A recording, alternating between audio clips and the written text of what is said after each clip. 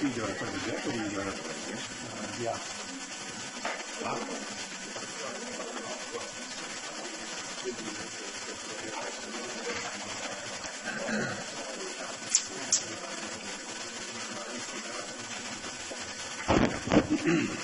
Yep.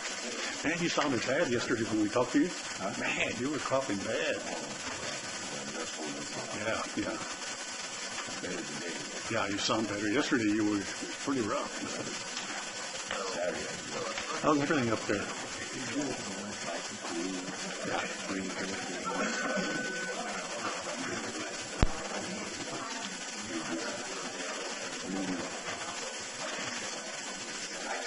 Have you seen old Danny Diaz around?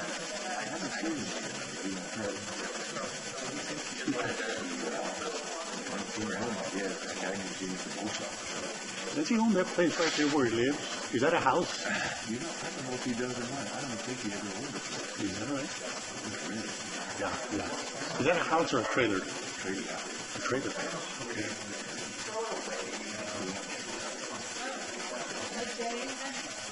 Yes, and all those guys, they're all right? Yeah.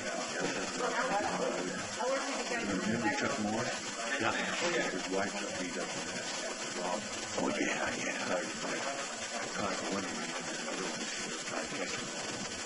Well, these guys that committed that crime, they're descendants of let me think, the first one that they caught, that's a third. Yeah, those guys, and if they've been in trouble before. Especially called T. I don't told him that he couldn't have my house on kids. Is that right? He said we got it, people. Over this time now, we're putting away for it.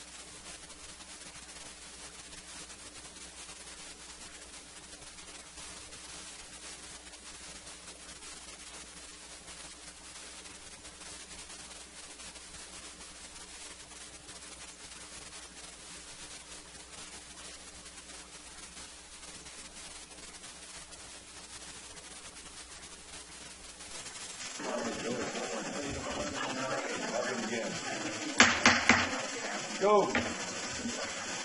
Work to do and places to go to.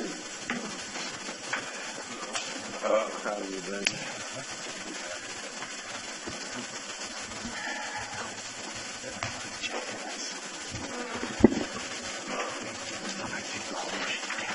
Mr. Chairman, I believe County Council has additions to the agenda this morning. Yes, Chairman and members of the board. You typically can't act upon anything not appearing on the agenda.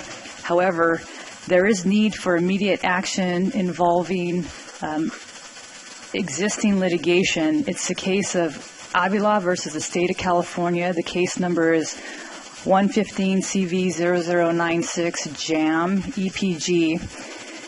Under Government Code Section 54969, subsection D1. This litigation is set to begin on December 4th before another regular meeting of the Board of Supervisors, and there has been an offer for settlement that needs to be discussed with the board, and so it would require a 2/3 vote to add this to today's agenda. I move that we take up this item and find a need to review it happen after the posting of the agenda. Second. Call for the vote. Supervisor Rogers? Yes. Supervisor Wheeler? Yes. Supervisor Frazier? Yes. Supervisor Poitras? Yes. Supervisor Rodriguez? Yes. Vote passes 5-0. Okay. Any comment from the public on the items mentioned? If not, we'll go into closed session. She got to read the title. Sorry, go ahead and read the item. Sure, Chairman. There's labor negotiations pursuant to Government Code Section 54957.6. The county negotiators are Adrian Caleb, and the employee organization is all units. Conference with legal counsel. There are two existing, I'm sorry, members of the board, I was looking at something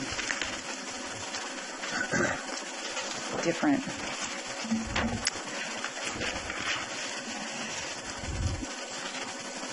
Two existing litigations. Everything's on point so far. Under Government Code Section 54956.9, subsection D1, American Civil Liberties Union of Northern California versus the County of Madera, case number MCV 075558.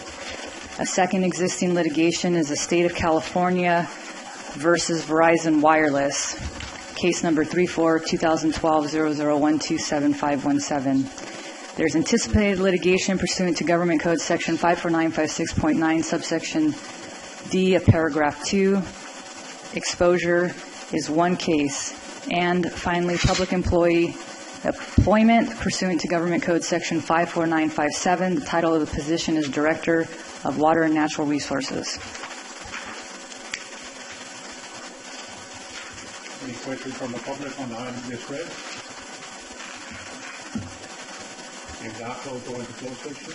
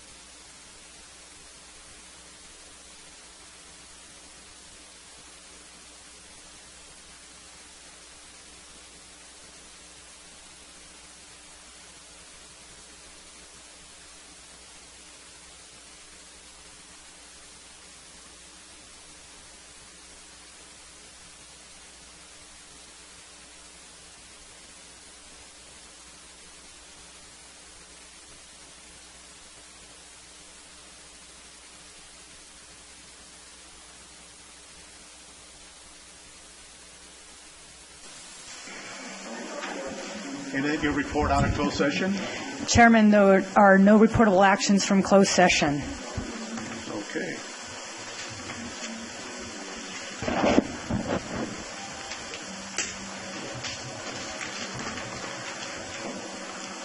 Item 3, invocation by Pastor Charles Rigby, Valley West Christian Center, and Pledge of Allegiance by Supervisor Poitras.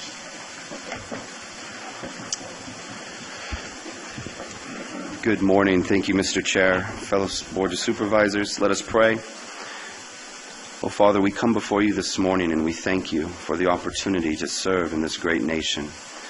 And this week, God, as we reflect on a time of thanksgiving, we're reminded of the scripture in 1 Chronicles chapter 16 that says, "Give thanks to the Lord, for he is good and his love endures forever." May we continue to give thanks for the things that we have and the opportunities that we've been given to govern in this great land. And we're reminded of those that do not have much to be thankful for this week. Many may be mourning, but there are those that are also celebrating. And so, Father, we pray that your hand would be upon them and be with these men as they are a part of this meeting, for the women that are serving them, for the men that serve them. God, that the decisions that are made in this room today that would benefit the county and the city as a whole. And we ask this in your name. Amen. Thank you. Everybody join me as we salute the flag of the United States. I pledge allegiance to the flag of the United States of America and to the republic for which it stands, one nation, under God, indivisible, with liberty and justice for all.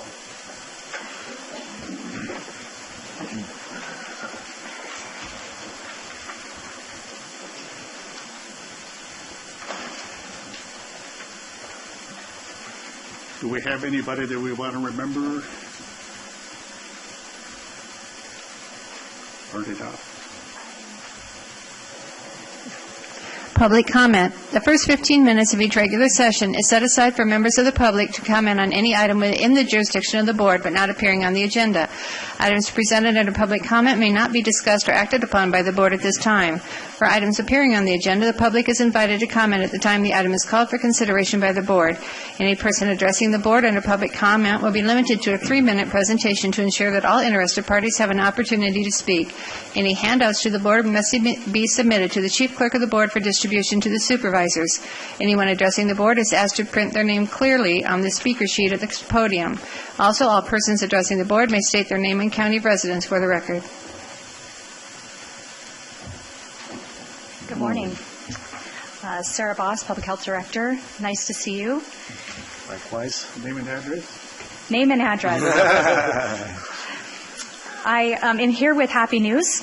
As we talked about in our last meeting here at the board, our complex is moving forward, and we had plans for an urban greening project. We have received official news that we've received the grant funding for that project this week, and I'm happy to let you know that the grant is $686,382. It will pay for drought-tolerant and low-allergen trees and plants, wheelchair-accessible exercise stations, as we described before, signage in English and in Spanish that describes how to use the equipment and the health benefits of exercise, bike racks, and benches to enjoy all of the green environment.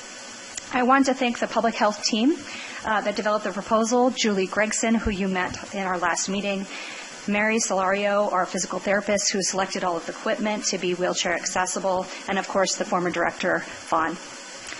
This project is the first of what I hope will be many infrastructure enhancements in the County of Madera.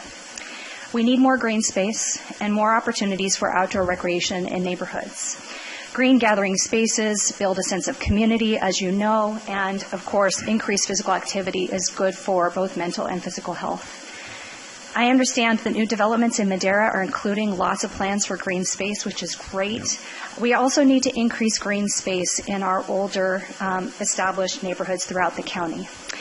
And you have my commitment that the Public Health Department will be engaging with residents, with our city and community partners, with other departments, and of course all of you, to identify locations and develop concepts that as funding like this grant becomes available, we are prepared to submit proposals that are fund-worthy and sustainable and designed to improve the quality of life for Madera County residents.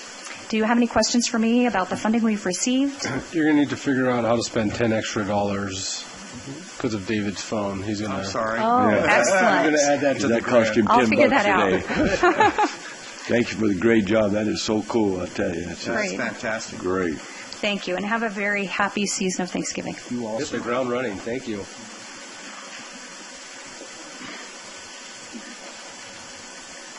Good morning. My name is April Molina. I live right off of Raymond Road near the Fresno River in Madera County. I'm almost right on the city limit, about a block away.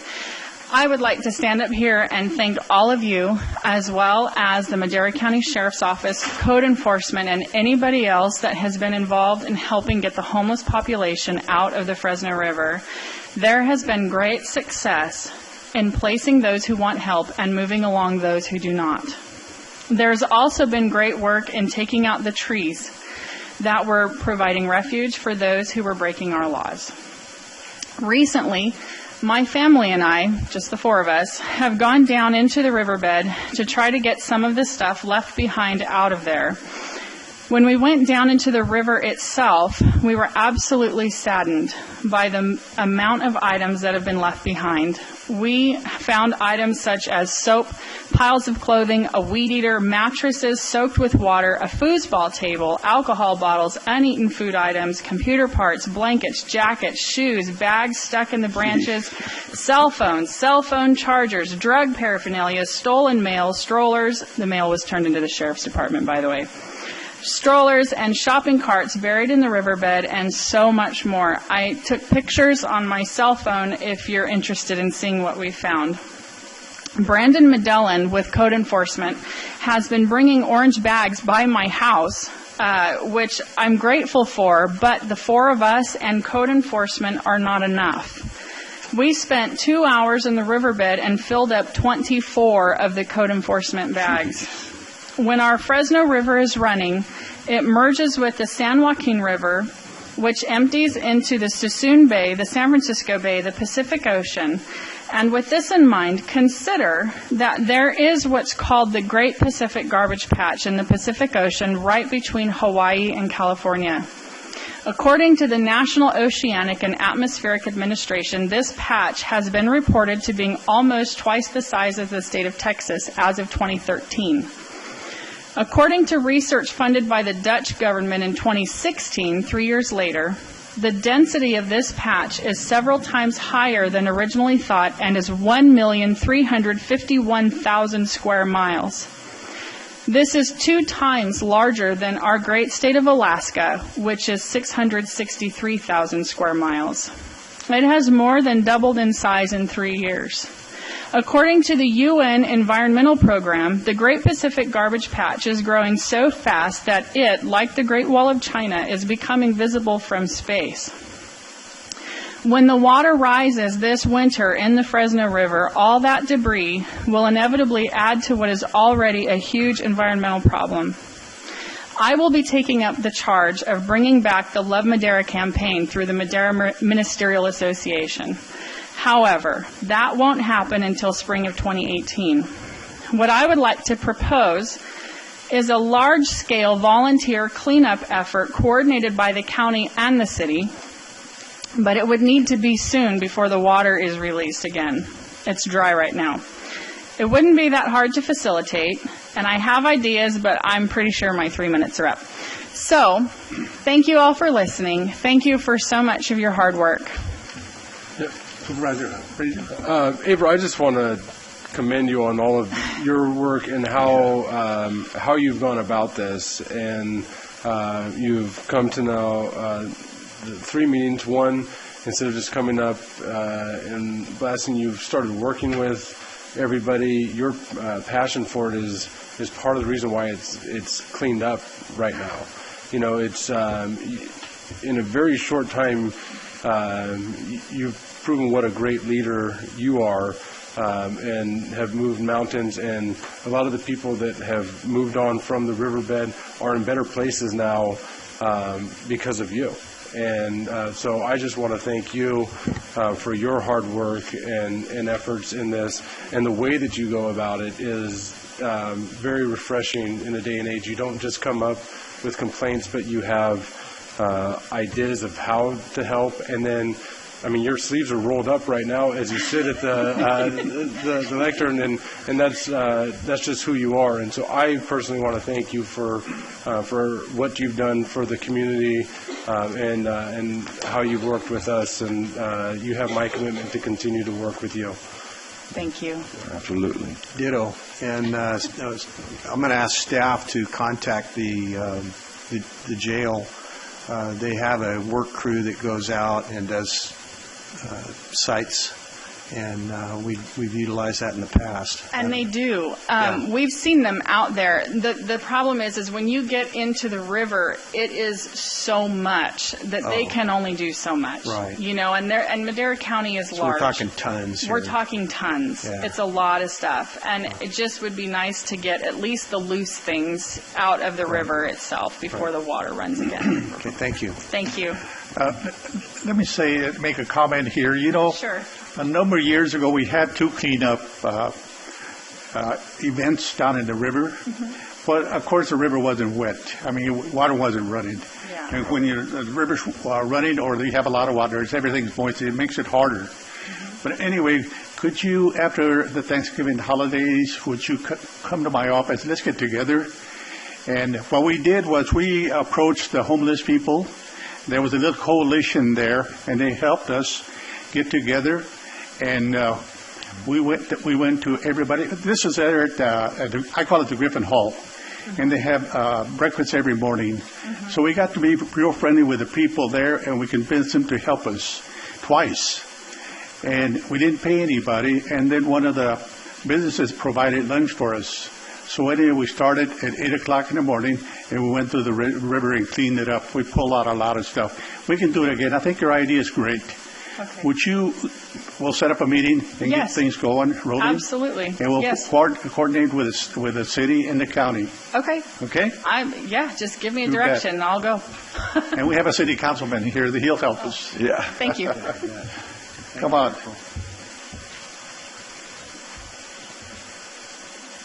Thank you for volunteering me, Mr. Chair. I appreciate that. Good morning again, Chairman and members of the board. I'm here as Charles Rigby, City Councilman on behalf of the City of Madera, as well as Chairman of the Madera Housing Authority. And it's with great pleasure that I get to announce that we have officially launched our Pomona Ranch project, which is a pilot program that is essentially an opportunity to take homeless families for the next 6 months off the streets and into warm shelter, where they will be saturated with several of the county's programs as well as private programs provided throughout the city of Madera. So I just want to thank each of you that have participated in this effort. Your offices have been cooperative, and not only that, but some of the programs that Madera County has allowed to partner with us. I know Dennis is in the crowd, but we sat at the table approximately 8 months ago, and this was just a dream. We wanted to see how we could utilize buildings that were not being used for approximately 9 months out of the year.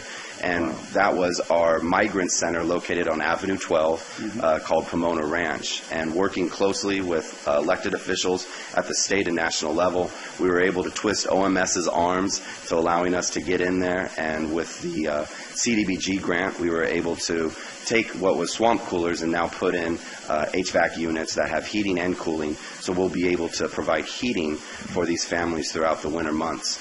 This past Friday, we moved in our first 3 families.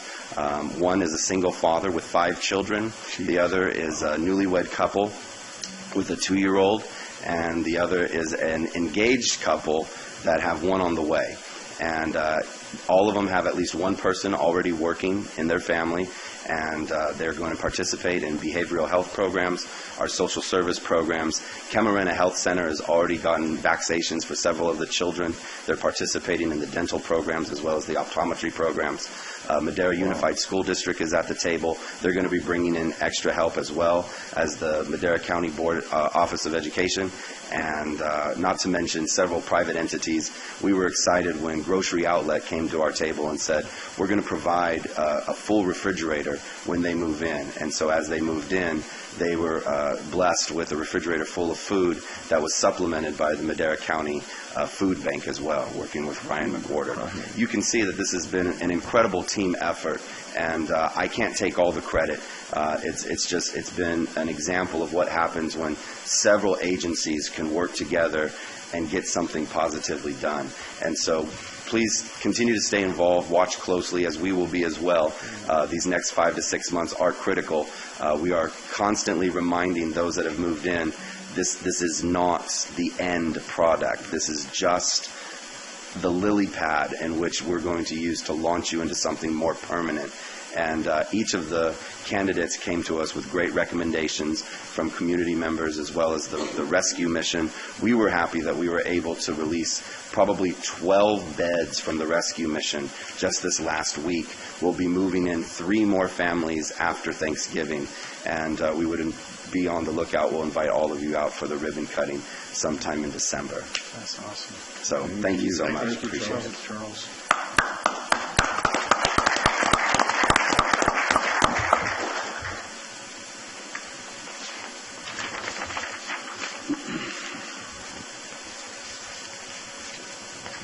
Item 5, consent calendar.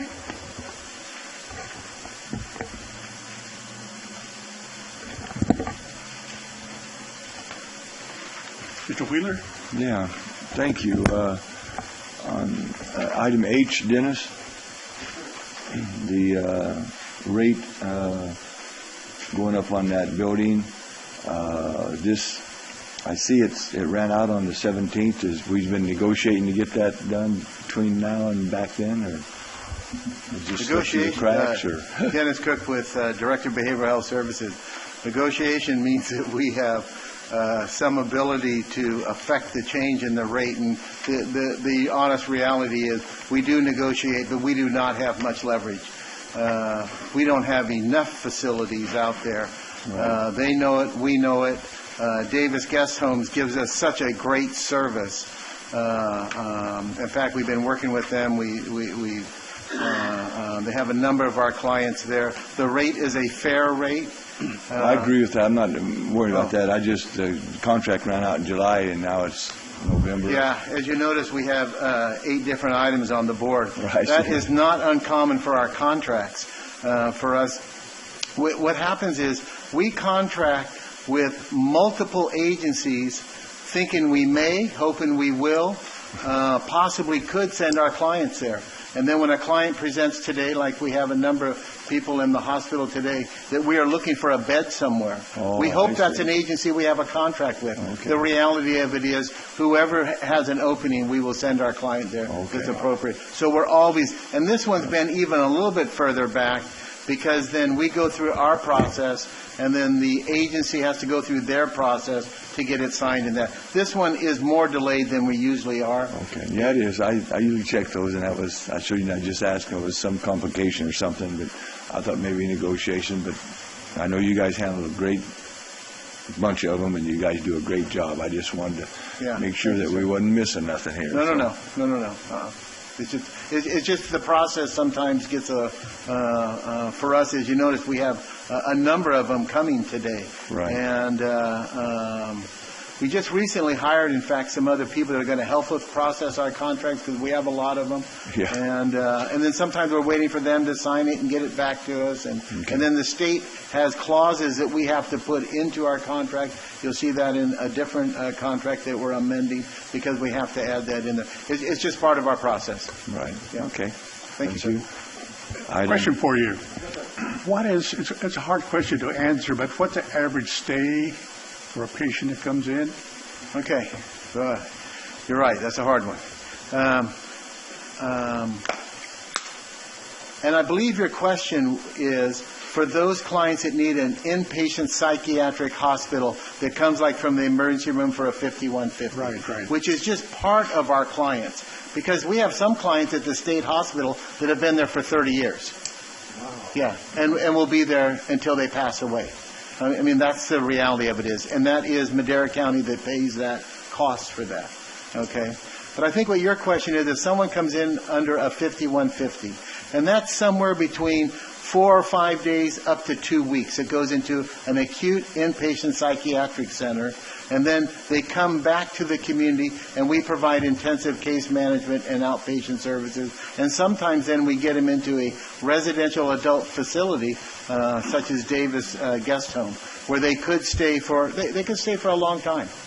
Yeah, some of the people, they're in such a situation mentally that they may need help for the rest of their life, helping them organize their life in their living environment. It may not be a locked facility, but they need some help. Where the inpatient psychiatric center, those are locked facilities. Where until they stabilize, they need to be in a situation where they're forced to take their medication, forced to do certain things. Yeah. Yeah. Great. Yeah. Item N, maybe Eric, does our security go up that much? 300 and something thousand? Joel's on standby. Joel, our budget director, has all the details for this item. Okay. This is his. Got them both. Look at that. Yes.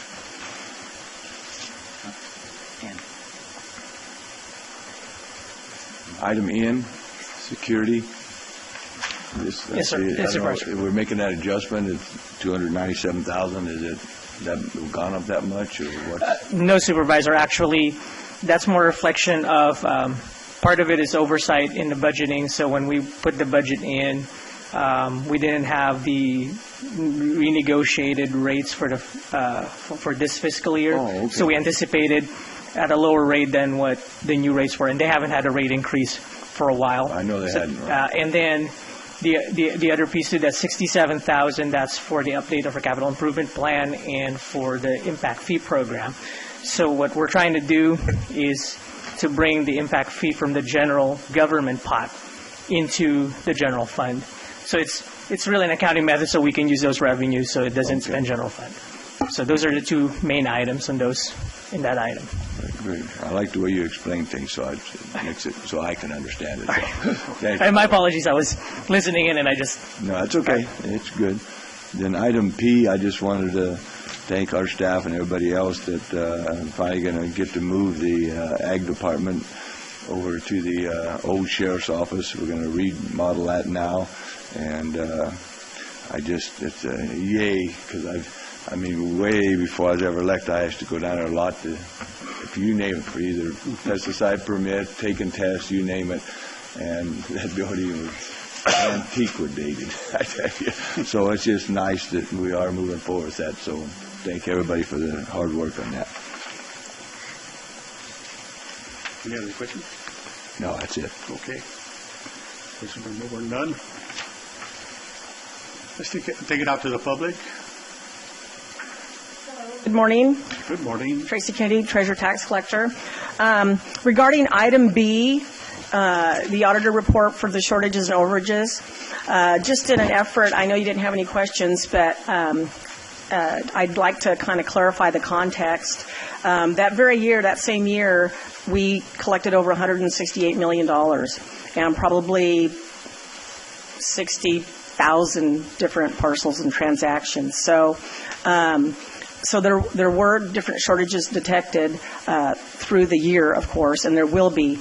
Oddly enough, when we send a person a tax bill that has an amount, $455.61, they pay $454.06. I do not know why. So we have the ability to go into this cash difference fund and make up the difference. Anything under $10, and in the paperwork here it says anything under 15 or is the threshold. Our threshold is 10. So anything under $10 we can make up. Anything over under $10 that is over, we can keep. Anything over $10 that is we receive, we have to process a refund on. So I just wanted to kind of update you in context, the overs and the shorts and how they typically do approximately offset each other. And one of the comments that was made in the board letter was that there has been a recommendation from the internal audit to put the funds separately, and which is fine, however we treat it. But throughout our association, treasurer tax collectors, the treatment of commingling it for tax collecting, not for any other library, ag extension, engineering, just for the tax collectors because of the volume. Typically, the treatment is to combine them. So I'm looking into maybe some clarification for legislation, frankly, because we all look to the same revenue and taxation code and government code, right? So anyway, that was just a point of clarification. Any questions? Good job Keep it up. explaining it. Thank you. Very good, Tracy. Thank you. Any other comments from the public? Move to approve the Let's bring consent it back to the calendar. board for action. Second. Call for the vote. Supervisor Wheeler? Yes. Supervisor Frazier? Yes. Supervisor Poitras? Yes. Supervisor Rogers? Yes. Supervisor Rodriguez? Yes. Vote passes 5-0. And for every county taxpayer, don't just start paying $10 less every time you get a bill from Tracy. $9.99 every time. Adds up over 30 years, right?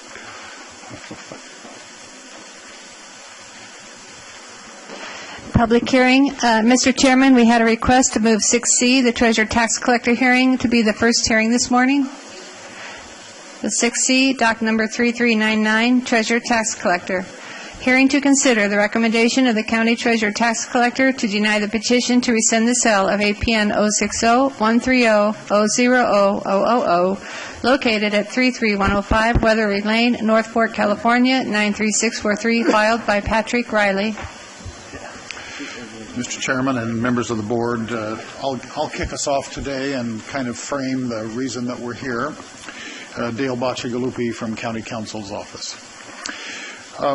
Today, you're convening in a public hearing pursuant to provisions of the Revenue and Tax Code. The hearing was requested by a petition filed by Mr. Riley, who is here, and will have an opportunity to address you during the public hearing.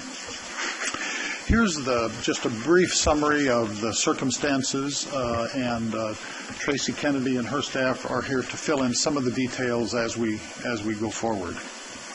As you know, the tax collector's office every year is required to go to sale on about 100 parcels that have gone tax delinquent for a period of 5 years. And a number of those then go to a public auction, and the public auction is available for anybody who cares to bid, subject to the rules that apply to public auctions. In May of this year, there was a public auction, and one of the properties that was up for sale was a quarter-acre lot in North Fork. At the time of the sale, the quarter-acre lot had a valuation, according to the assessor's records, of about $45,000. The tax delinquencies on the lot were $29,727. So that became the minimum bid at the time of the auction.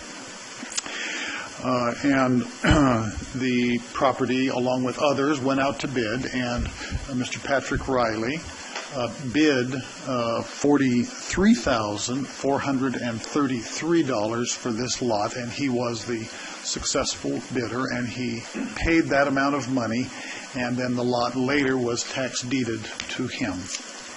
As you'll hear in a moment, for circumstances that he feels strongly about, he then sent a letter to the county requesting that the county voluntarily rescind that sale. And on occasion, those requests come in, and on occasion, the county staff is in agreement with the request for rescission, and we come to you with a recommendation that you approve a rescission. That happened several months ago, for example. You may not remember, on a parcel that went to sale. And as it turns out, due to some complicated mistakes that I don't need to get into, what we had actually sold was a parcel that didn't exist. Right. We discovered that after the fact, and so obviously when that came to light, the bidder requested that it be rescinded. We came to you with a request that you approve the rescission, and you did so.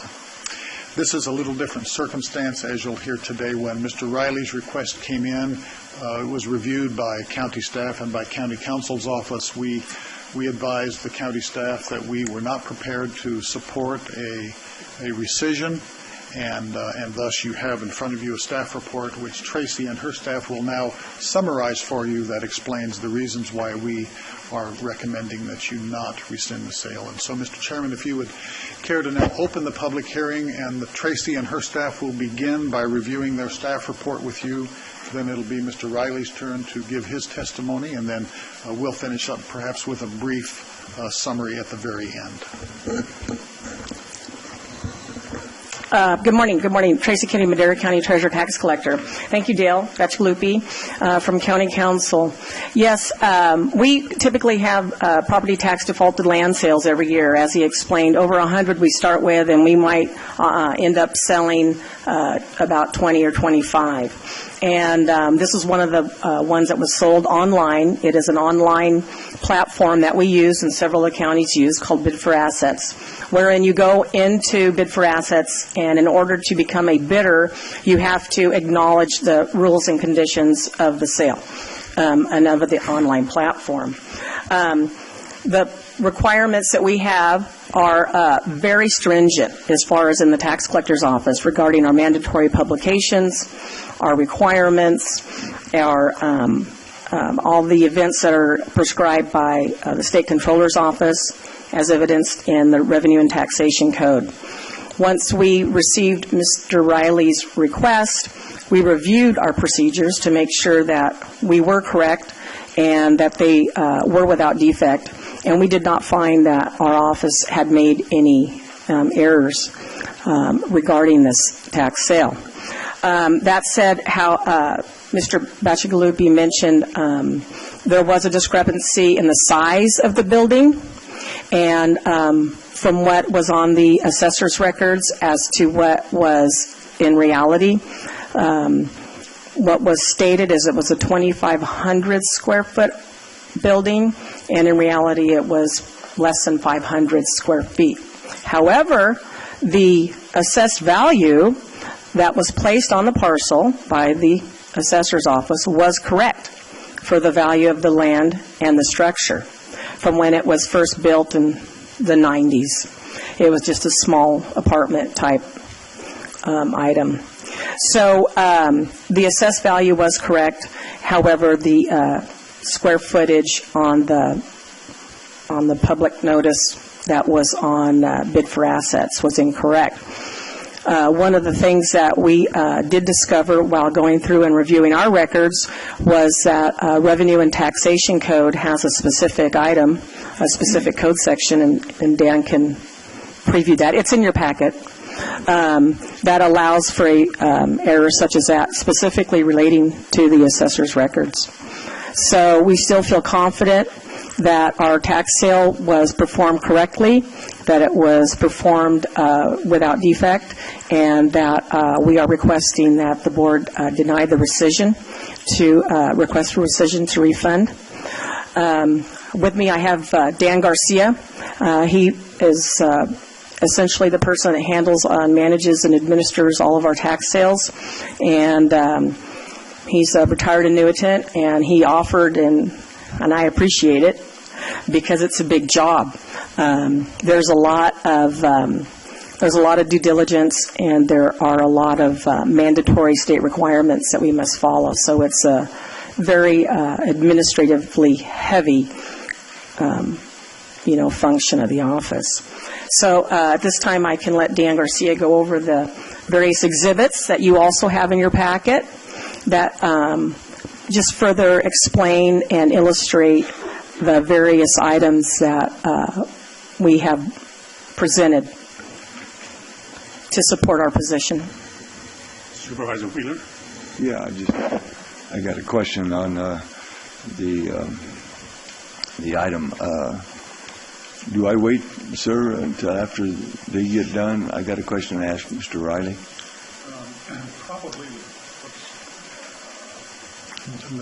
Probably the best way to go is to hear the presentation that both the staff has and that Mr. Riley has, so that you have all the testimony in front of you, and then there probably will be a series of questions. I'll wait. Let's do that. Yeah. Okay. Okay, Dan's turn. Dan? Okay, Dan Garcia. I'm with the Treasurer Tax Collector's Office, and as Tracy mentioned, I am responsible for preparing and compiling all the records for properties that have been default 5 or more years and package them for a recommended tax sale that we conduct over the internet on an annual basis. It's a very challenging position because tax sale begins typically after April 10th on properties that have been default 5 or more years. It takes on a 12-month life to research and investigate everything that is possibly relevant to the property before it goes out to public auction. In many cases, there are properties that are just too restrictive to even consider selling. One of the better-known properties that we had a few years ago was McGillis-Gibbs, and I think you're all familiar with the Trigo properties that were so contaminated that it took us 30 years to finally sell it. But we never give up, and we did eventually sell that. Now, saying that, and going back to the 12-month process, there are a number of procedures I must follow and must adhere to based on the prescribed R&T code and government codes in our annual guidance manual prescribed by the state of California. I cannot typically afford to make mistakes, so I do my best, which is my due diligence, to research, inquire, make changes, or have changes made so that we are selling properties that are thoroughly researched. The reason I give you that background is because when we get to the portion of the public auction, the public auctioneer bid for assets also has a set of requirements that we must also adhere to. That said, when we prepare all of the documents and documentation for properties that will be auctioned, we are required to submit to bid for assets a list of the parcels. With that, copies of the maps, the legal maps that are in the assessors and recorded records, as well as a legal description of the property that is recorded in the recorder's office. Those are the two main criteria that we must adhere to, always. Anything beyond that is not the responsibility of a tax sale. We are not licensed agents, brokers, or real estate personnel that have to adhere to a different set of laws. So, we now can look at what we provide to bid for assets as far as the terms of sale, and that is in your Exhibit D, and I'll refer to some specific excerpts that we publish on the webpage that is inclusive on attachment Exhibit D, the full script. I'll go to the excerpts that we've provided, and that's on page 3 of your board letter. In that, on item listed number 5, it does clearly state that these parcels are sold as is. Item 10 does recommend to the purchaser that if they desire to do a survey, they do so at their own expense. The county makes no warranty, either expressed or implied, relative to the usability, the ground location, the property lines of the property, and the prospective bidder must determine the exact location, desirability, and usefulness of the properties. So that leads into the next statement on number 11.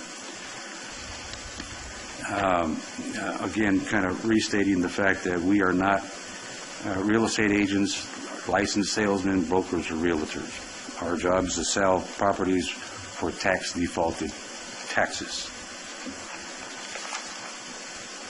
Another series of documents that we must provide to bid for assets is the sale questions and answers. And these are questions and answers that have developed over time based on inquiries that have been made by potential bidders.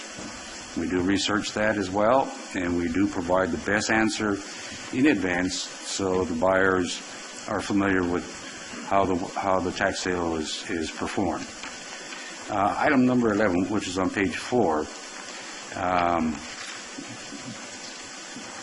does point out that the buyer should visit the property or do a site visit to determine where the parcel exists. The exact boundaries of the property are not determined. We are not surveyors, but the potential buyer can hire a surveyor to perform that task. So we strongly recommend that the buyer does look at the property before purchasing it. Number 14 on that page,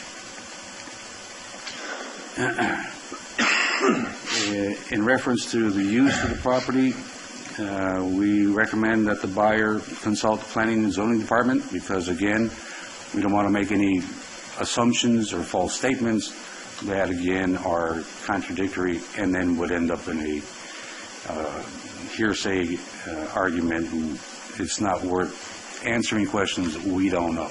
Right. Item number 15, consistent with tax sale laws, a buyer within 1 year of their purchase can petition the Board of Supervisors a rescission of that purchase. And that's where we are at today. We're within the 1 year time frame. A couple of notable mentions. The question that came up as far as the property having an error in the website that was supported by the assessor's office. That is Parcel Quest like disclaimer, and they themselves, for their webpage, do note the disclaimer that although the information provided is there, there's no guarantee that it's accurate. Their full disclaimer, and that is Exhibit F, does restate that very thoroughly. It's a buyer beware warranty.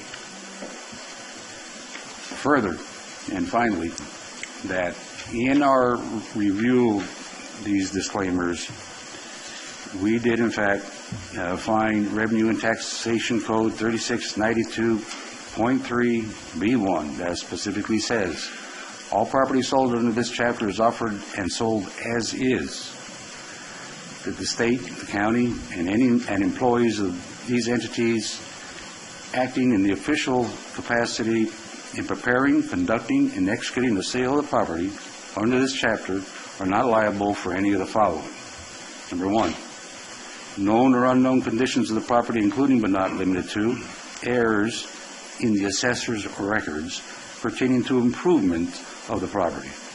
And 2, the failure of a device that is not owned, operated, or managed by the state or the county that prevents a person from participating in any sale under this chapter. For purpose of this paragraph, the device includes, but not limited to, computer hardware, software, network, and a computer website. The final exhibits that we've provided are additional documents, H, I, J, and K, that support our decision to recommend that this appeal be denied, because there is no evidence on our part or from the part of Bid for Assets that there was any communication made through Bid for Assets that would have been channeled back to our office for a response. I provided in Exhibit I an example, the full context of the summary of questions that were submitted for that tax sale year. And in J are the exact questions that were asked and the responses that were provided in this form. Again, there was no mention of this parcel that we are discussing today, nor any question from Mr. Riley or any of his representatives inquiring of any of the validity or his findings that the parcel was misrepresented. And finally, in Exhibit H, we do have a certifying statement from Bid for Assets itself that every buyer that becomes an eligible bidder must click on a box indicating they have read and understood the terms of sale and their terms of sale, and without clicking that box, they would not be considered an eligible bidder and cannot bid on properties. Mr. Riley, in fact, had to have clicked that box to proceed to be a bidder. One of the last things I want to point out, and we did not include that in our exhibits, but we do have it as a handout for all of you. In part of our function to perform a party of interest search, we are also required by R&T code to conduct an on-site visit of parcels that have a recorded improvement.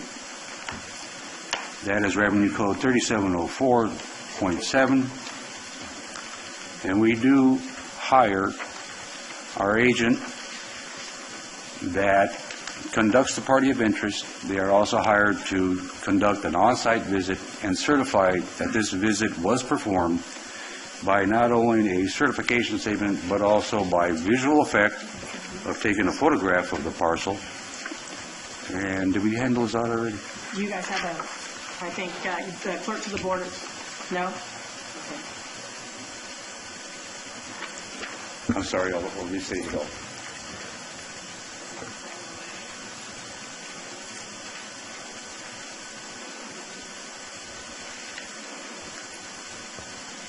Yes, what Rhonda's handing out is a picture. We require all of our vendors, our vendor that does a party of interest search, to take a picture of the property and post it, that it's going to be on an upcoming tax sale. So that's part of their requirements to become one of our party of interest vendors.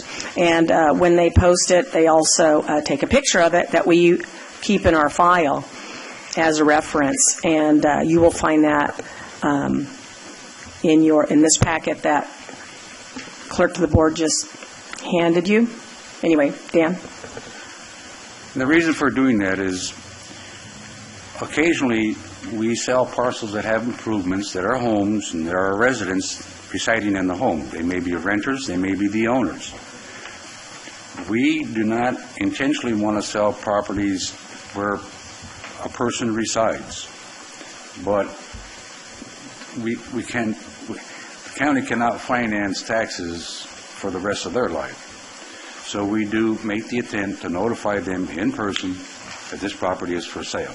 They have a right to redeem the property up until the day before the auction begins. And this auction year was May 18th, right? May 18th was the rescission date. Now, I made a copy of the entire packet, but page 2 is the certification. Excuse me, May 18th was the day that they took the picture? No, May 18th was the final date to redeem the property.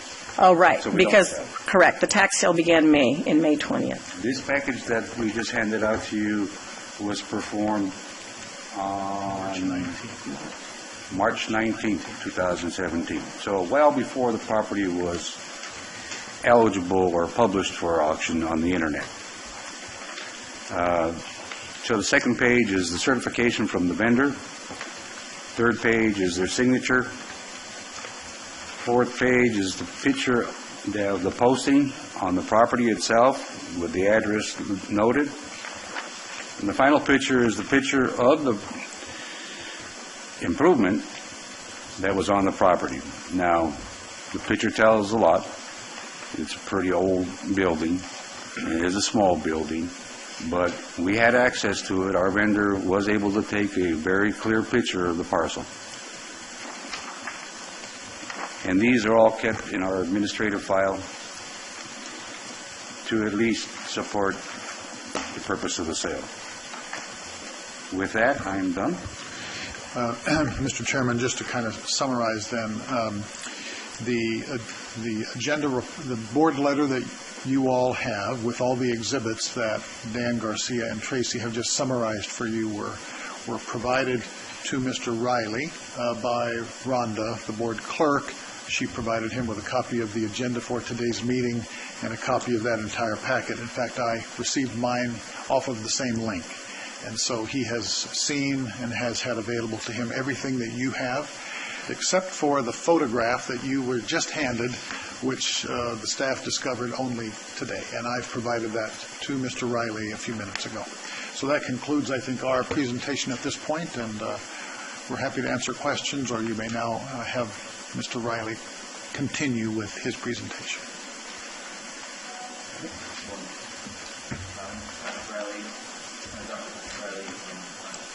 55 Vista Road in El Cerrito, California. There I serve on the Design Review Board. I'm very familiar with tax default sales. I've purchased millions of dollars in tax default sales across 13 counties. I've only had one other problem that's similar to this. There's a few things that I'd like to emphasize that were just mentioned today and confirmed today, that the county still believes that this structure was built in 1994. Their own records actually demonstrate that it was not constructed in 1994. Exhibit L in my packet shows the building permits that actually created this structure. The only thing that was done in 1994 was a water hookup. This is entirely incorrect, and if they just looked at the building permits from 1967 that were provided to me by the county after I purchased the property, because a lot of records are only available to the owner of a property. You'll see both on Exhibit L all of the building permits from 1967. Now, the building code in 1967 is certainly a little different than the building code of 1994. It went through 7 changes. The 1994 permit is Exhibit M. Demonstrates that the only inspection record and permit of 1994 was a connection to 8A water system. The structure was not built in 1994, as was just conceded that the county believes that it was built in 1994. The taxes and the assessment of this property has also been under the belief that it was built in 1994, which is a slightly different estimation of value. I'd also like to say that I purchased several buildings, several properties from the County of Madera. There's only one that this has been an issue with. This one is has hugely defective data. Also, Councilor suggested that the property was a quarter of an acre. This is also incorrect, surprisingly. If you go to the assessor's own map and you look up the dimensions of the property as they exist today, the math doesn't add up. Even now, even after they adjusted the data, the map itself from the assessor's office has the property at 75 feet. First of all, they've updated their property as 8,276 square feet. That can be found on Exhibit F, which is their updated assessor's data after I brought all this to their attention. They then updated it to 8,276 square feet. The dimensions shown on the assessor's map are 75 by 96.6. They're still off.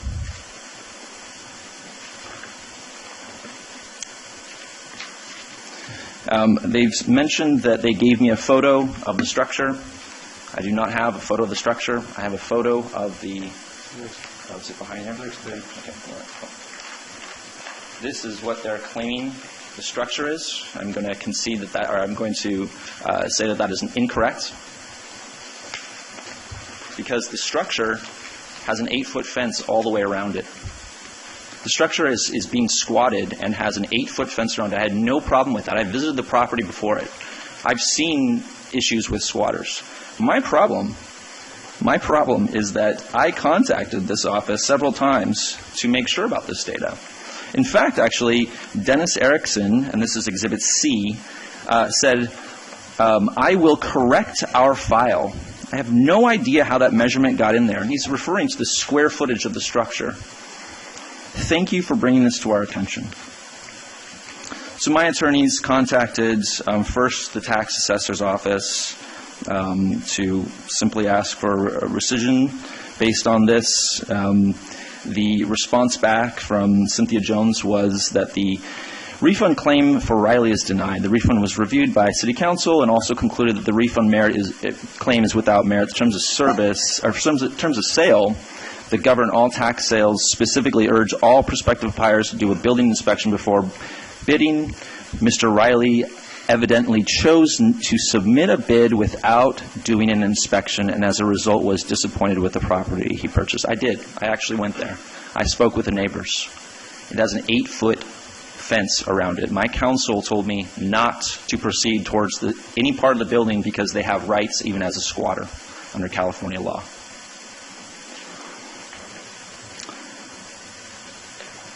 So realizing their mistake, they corrected the data on the parcel. They also then changed what size it was in referring to in emails. Again, that was Exhibit D. If you want to flip through between what was actually presented and then their correction, it's easy to reference Exhibit E in my packet. And in Exhibit E, it's very important because it actually doesn't even have a calculation for lot acreage or lot square feet. There's none. They're not actually suggesting any lot square feet in this case. They are, however, suggesting that it is a 2,500 square foot building, which they've conceded today was incorrect. The problem is that if you flip to the next page, this is today's or yesterday's same data. Or same parcel but different data. This is the updated data. It now has a correction of 455 square feet. It says year built, 1994. The building was not built in 1994. It was built 35 years before that. It also says lot square footage, 8,276 square feet. That's incorrect by their own map, by a significant portion. It's not a quarter of an acre. Denied the rescission. We set this up with the Board of Supervisors, and that is where we are today. I will say the ABA and a number of other leading authorities will take issue with an attempt to say that a terms of service or a disclosure somehow supersedes California law. Or that the terms of service or clickable terms of service on a entrance or membership of a website is not necessarily enforceable. I would not rely on a terms of service or a disclosure, especially when this data was confirmed by emails from your office. This is not relying on the assessor's data that you repurpose onto a parcel website, which is linked right on your website. This is actually emails directly from you. This is you making corrections to the data. I've had this once before, County of Santa Clara, where an assessor and tax office had entirely different data, although it wasn't as egregious as this. The Board of Supervisors in Santa Clara did approve the rescission. Both exhibits are Exhibit O, Exhibit P. I've actually never had to present in front of this. I'm surprised, a little shocked that so much effort has gone into a rescission for $44,000, but here I am. I am also going to suggest that a number of other things that were mentioned here, such as they posted this sign. They posted the sign on a photo that shows the 8-foot fence. There is an 8-foot fence surrounding it. Obviously, if you're a squatter, you don't want people looking into your property to see that people are there. That is what they've done. No idea how or why this photo was taken, but I would suggest that this is an inaccurate photo, or at least an incomplete photo. We'll cut off here of the structure itself, a structure that was, in fact, by the county's own records, built in 1976. This brings up two liability problems for the county. First, Your tax assessment has been based on a structure that the county believes was built in 1994. So the taxes have been as if the house was built in 1994 and is of a size that is incorrect and is of a lot size that is incorrect. So the assessment itself has been based on fraudulent data, or at least at best defective data. I think it's fraudulent once they have been shown that these are incorrect and then now continue today post incorrect data on the lot size. The second thing is, as the counselor mentioned, the minimum bid is based on what is owed on the property. And what is owed on the property was again based on a 1994 structure of 2,500 square feet of a lot size of 1/4 of an acre. All three of those facts are wrong.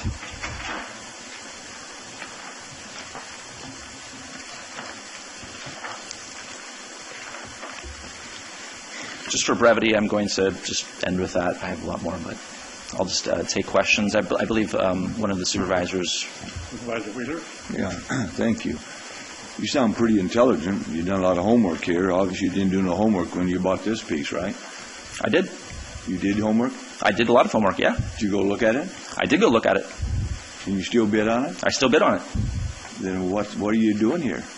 What do you mean? I mean, you looked at it. You seen what size? I looked at an 8-foot wall.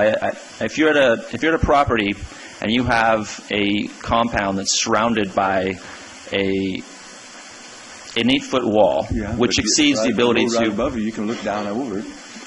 No, where would I drive to go look above it? Okay, let's explore that possibility. I live in North Fork. Okay, so let's explore I know where this property is.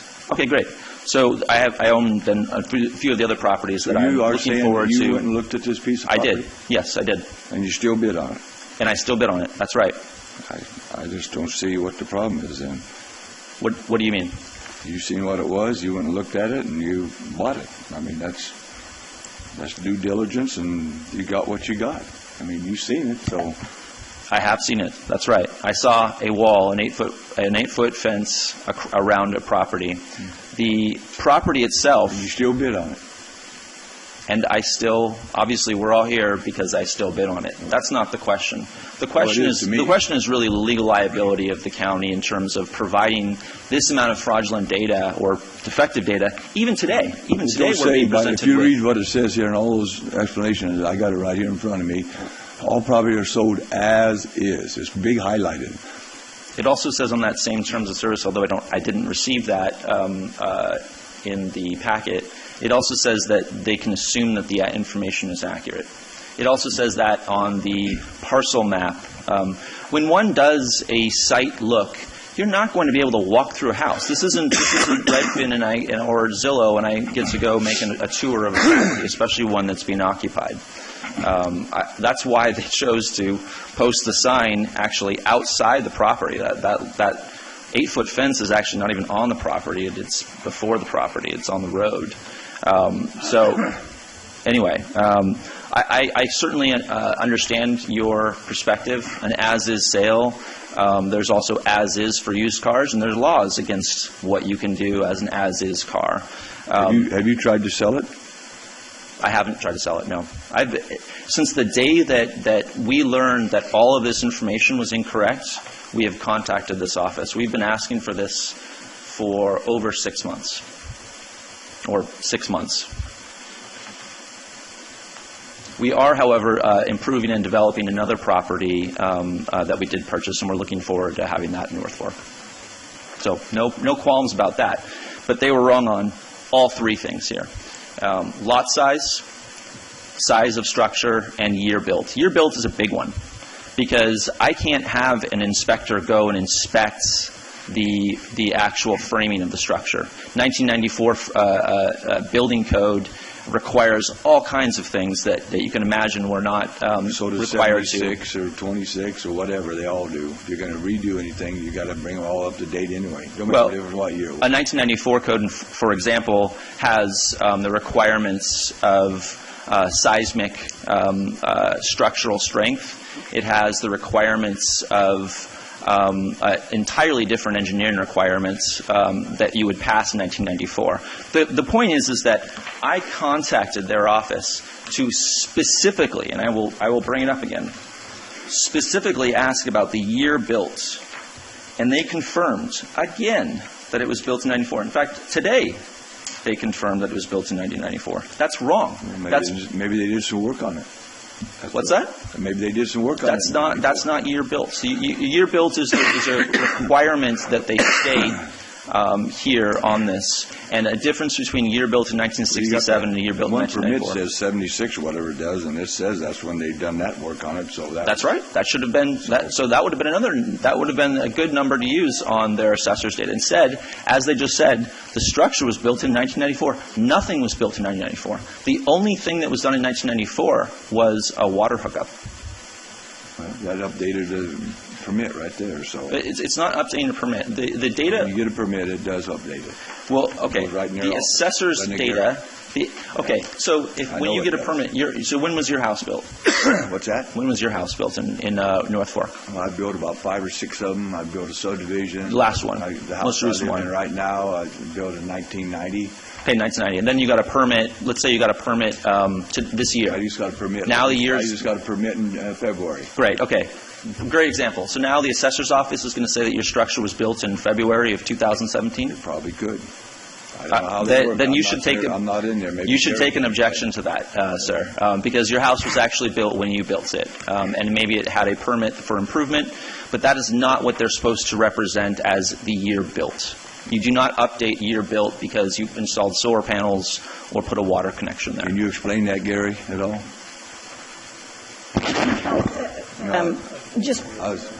Okay. Oh, I'm sorry. I was just going to. Savanda, our assessor. I wanted to, just add a few things. Okay. The previous owner were William and Deborah DeWitt.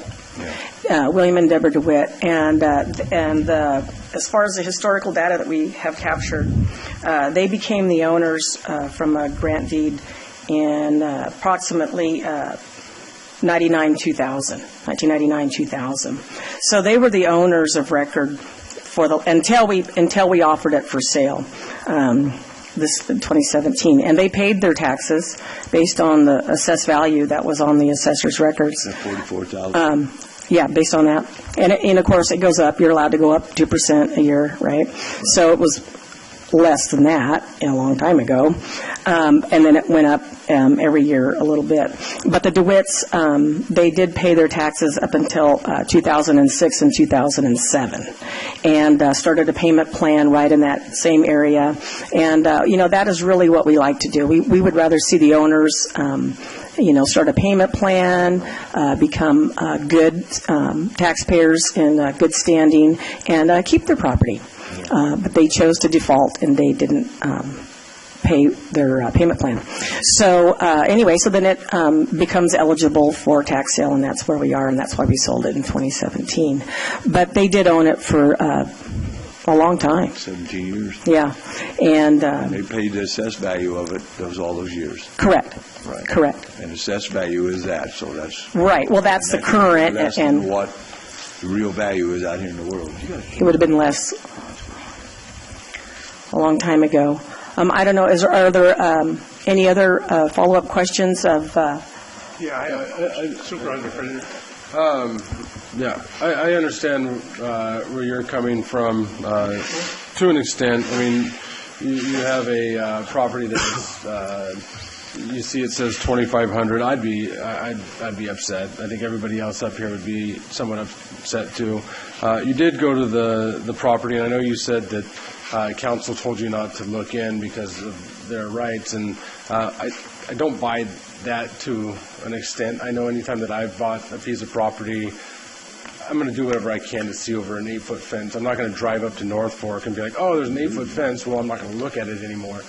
And that's human behavior, right? If you're spending $43,000 on something, you're going to look at it, right? Even a as-is car, you're going to kick the tires.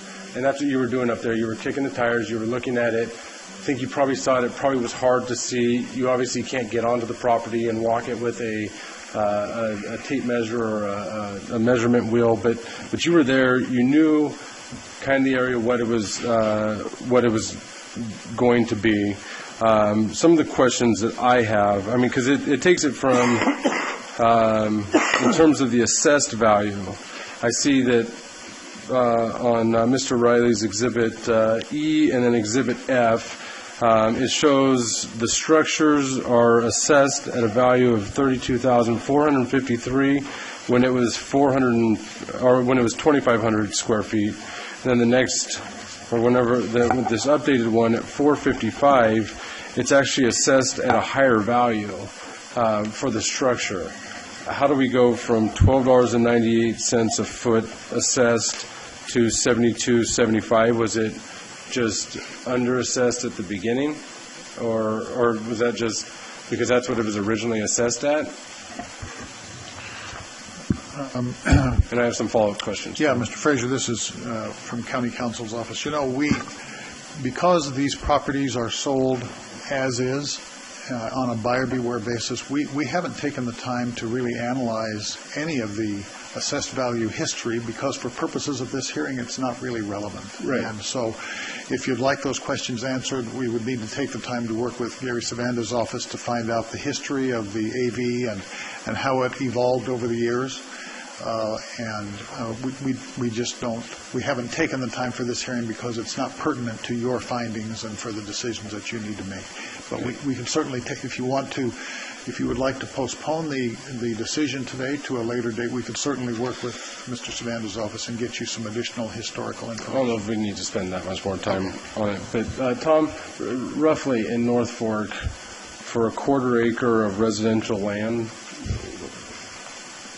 what does that go for? Do you know? I don't know. I paid that much for a piece down right below that 20 years ago, so had a trailer on it. Just had a trailer on it, so. And I mean, this, looking at this picture, if I'm guessing you're not buying this to rent it, it's going to be a flip. I mean, to get all those people out. I mean, this looks like a total tear down anyway. I mean, even with the structure, I mean, I can't tell you what to do with you. Obviously, people have been living in it, but I would imagine you're able to build a 2,500 square foot and vastly improve your investment. Not all investments are good ones. This was as is. I mean, what's the square footage of the lot you just bought? Well under a quarter of an acre, like a fifth. It's just under. It's 8,000 square feet. So you could put that on there. Oh, easily. I don't know. I just it was as is. It wasn't like you were just bidding from the comfort of your own home and never having gone there and like sometimes I get in trouble with eBay, sitting there and then all of a sudden the jeans don't fit. But, that's not the case here. You went out there, looked at it, and sometimes we make bad investments. But I understand where you're coming from. I'd be upset too if that came around. But it's easy to tell just jumping over a fence or looking over a fence. And again, I know you're going to say you didn't look over the fence, but no, I did look over the fence. You can tell the difference between a 2,500 square foot home and a 455 square foot shack. If I could address Supervisor Frazier, please. I wasn't saying that I couldn't see over the fence. What I'm saying is that there was an 8-foot fence that limited my access to go look closer at the property. Unlike a county official that can trespass on the neighbor property, I felt that was inappropriate. I actually did ask to go over to one of the neighbor's houses, and he has a dog, so we didn't want to put that back. We weren't trespassing. We would have had approval to be able to do that. So, I mean, that's the second time you've said that we were trespassing and that we were fraudulent. So, those kinds of words are being thrown around are okay. Yeah, I'm having trouble following the permit process here on these documents, and yeah. I'm sorry. I was going to just notate that we did discuss the assessed value for the structure because we were wondering also, but we verified it with the assessor's office that the assessed value is correct for that structure. It's got water to it and other improvements, infrastructure to it, power. And so evidently that goes into what they calculate and how they calculate. Had a 2,500 square foot structure been there at that same rate, the structure value would have been 178,000-ish. At least. To bring it up. And then also, we don't really sell real estate to sell real estate. We sell real estate to recover our defaulted property taxes. So we inspect the property as far as, posting it and making sure we take a picture of it. But we don't walk through. We don't measure. We're not real estate agents. You weren't staging it? We didn't take in couches and pictures, no. My purpose, my function, and what I'm statutorily required to do is to recover property taxes for us and for schools and the special districts that are beneficiaries. So. Tracy, is that house livable? That dwelling? I don't know. It's okay. You don't know. They don't know that. Yeah. Hey, Roger? Yeah, my question would be, what are our responsibilities in regards to California disclosure law?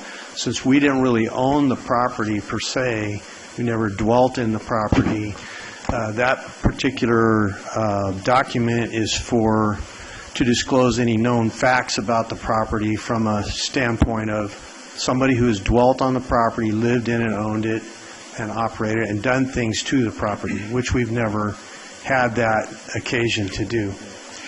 Well, it's a very good question, and it actually points up the crux of this hearing, and that is, were we selling property as any buyer and seller normally would, we would be subject to all kinds of disclosure requirements, as you know. Right. And in fact, when you buy a piece of commercial or residential property on the open market, you are delivered a package of disclosure information. Right. And you are permitted, in fact, by law, required to do a walkthrough. Right. This is the opposite situation here, because as Tracy mentioned and as Dan mentioned, and as the statute points out, we have no disclosure obligations here by statute. Right. And that's why when people buy at a tax sale, it's not an arm's length transaction. You're buying pork bellies. I mean, you're buying property. It's buyer beware. And so that's a very good question, and that's why we don't, as Tracy It's completely different than the open market arm's length transaction between a willing buyer and willing seller concept, where the property's on the market any length of time. And that's why it's very much caveat emptor when a buyer approaches this. It is an as-is sale, and it is one of those special circumstances where you really have to. I've talked to a number of investors in our area. One Paul Clare, who does a lot of investing in our area, and I've attempted to do the same thing. And it's just something you really have to do your homework big time on, or you can get stuck on. And because it is it's a different concept than the open market. Willing buyer, willing seller, arm's length transaction, which involves a number of consumer protections that a seller is required to follow through with on the transaction. Since we're a government agency and we're not involved in that, we couldn't disclose what we don't know, and we're not involved in that. This is a tax sale. That's a whole other ball game. And so I wanted to make that clear. Thank you for your answer. Supervisor Poitras? Thank you, Mr. Chairman. I took a step back to look at this transaction and, pictured myself purchasing this lot. It's in a tax sale. Let's say there's 20 properties in a tax sale, and it's like, okay, maybe there's some opportunities here. So you take these properties, you go out and take a look at them, and you think about, what you want to do with them. You know, am I going to build? Am I going to speculate? And so forth. And so if I went out and looked at this particular property, you know, number one, I could tell that there's some issues with it. I mean, I wouldn't have to be a Phi Beta Kappa to figure it out. And and then you take a look at that and you look at like properties in the area, and is it worth paying $43,000 for? Should I pay less for it, or should I pay more for it? But it's so I know that there's some you're thinking, okay, it says there's a 2,500 square foot house on the property. Well, it'd be obvious to me that there's not a 2,500 square foot house on the property, or else it wouldn't be going in a tax sale for with $27,000 owed on it. So I guess just from a pure common sense standpoint, and actually we're not talking about a lot of dollars here. It's a buyer beware. You went out, you purchased the property, and to me that was your decision to buy it, and case closed and move on. Well, again, I'm here only because the Tax Revenue Code requires me to first present to the Board of Supervisors before litigation. So this is a requirement, says the proceeding based on alleged invalidity or irregularity of the proceedings instituted under this chapter, as my counsel's given me the notes. The proceeding is to commence within 1 year of the date of Board of Supervisors determines that a tax deed sold in this should not be rescinded pursuant to 3731. If your decision is that, then I obviously, as you're saying, you obviously would think that this cutoff structure that is part of the building is 2,500 square feet. It does represent 2,500 square feet. The structure is large. Do you know why the structure is large? Because there's a lot of squatters expanding on the building. So, again, this is data that is not only provided by after terms of service or disclosures, but also me doing the diligence of asking the office, particularly. Again, one of the exhibits is, so according to the assessor's records, the living quarters was built and finalized in 1994. Yes, confirmed. The assessor, the specific assessor assigned to my property. That means he's assessing the taxes. He has been assessing the taxes, and he still believes that the structure was built in 1994. That is what I take most of issue with, because there's an entirely different... A 1967 structure is built without even building code in mind in North Fork. There is no building code. Yes, there was. Well, the building code was... I'd go to houses in 1962, buddy, so I know there was a building code. And you had inspections. Things like that. There were inspections. Let me finish. Yes, they were inspected. In fact, we have reports right here. In 1958, I got a gun pulled on me by an inspector's wife. That's for another day, then. And I can prove that. Yeah, by your own admission, the structure, due to additions by squatters, is larger than the 455 right now. There's threat of well, you just said it was. There's no, it didn't say it was permitted. They've expanded the house illegally. So, but you just said that it's larger.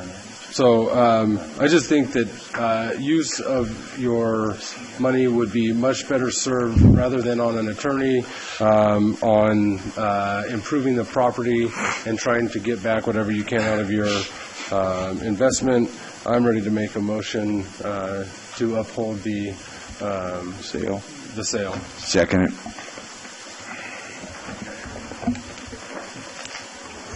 Call for the vote. Supervisor Frazier? Yes. Supervisor Wheeler? Yes. Supervisor Rogers? Yes. Supervisor Poitras? Yes. Oh, I'm sorry. I need to make the motion to deny the appeal or the request. The request for rescission. And also, Chairman, close the public hearing portion of At this the time, meeting. we'll close the public hearing, bring back with the board for a decision. I move that we deny the request for rescission. That work, Regina? Regina, does that work? Yes, I think the motion will be to deny the petition. Second. We have first and second. Call for the vote. Supervisor Frazier? Yes. Supervisor Wheeler? Yes. Supervisor Rogers? Yes. Supervisor Poitras? Yes. Supervisor Rodriguez? Yes. Vote passes 5-0. Thank you, supervisors. Let's go to lunch.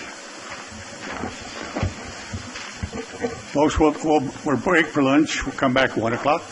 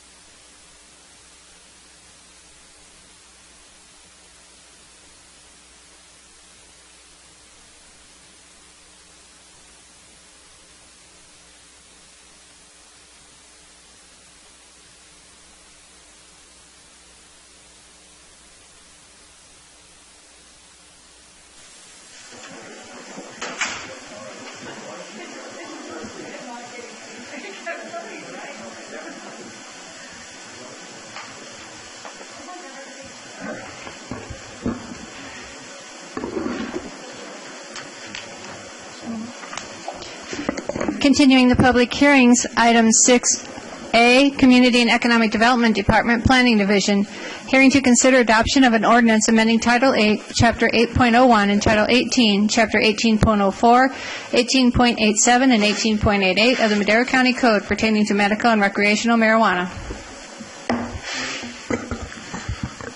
Thank you, Mr. Chairman. Matt Treber, your planning director here.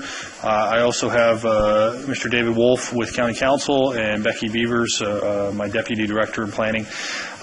This is the second and final hearing on this ordinance before the board. I would like to thank the marijuana committee that was set up by Mr. Fleming and the CAO. Consisted of our Stephen McNeil, our Ag Commissioner, Dexter Marr with Environmental Health, Sheriff Varney, County Council's office, and a lot of work and effort into this ordinance over the last year. So with that, Becky does have a brief presentation for the board's consideration today. Good afternoon. We're here to amend chapters 18.04, 18.87, 18.88, and 8.01 to address recreational marijuana. In 1996, with the adoption of Proposition 215, the California voters approved the Compassionate Use Act to ensure that seriously ill Californians have the right to obtain and use marijuana for medical purposes. In 2004, the state legislature enacted SB 420 to clarify the scope of Compassionate Use Act and provide additional statutory guidance regarding medical marijuana use. In 2015, almost 20 years after the passage of the Compassionate Use Act, the governor signed the Medical Marijuana Regulation and Safety Act.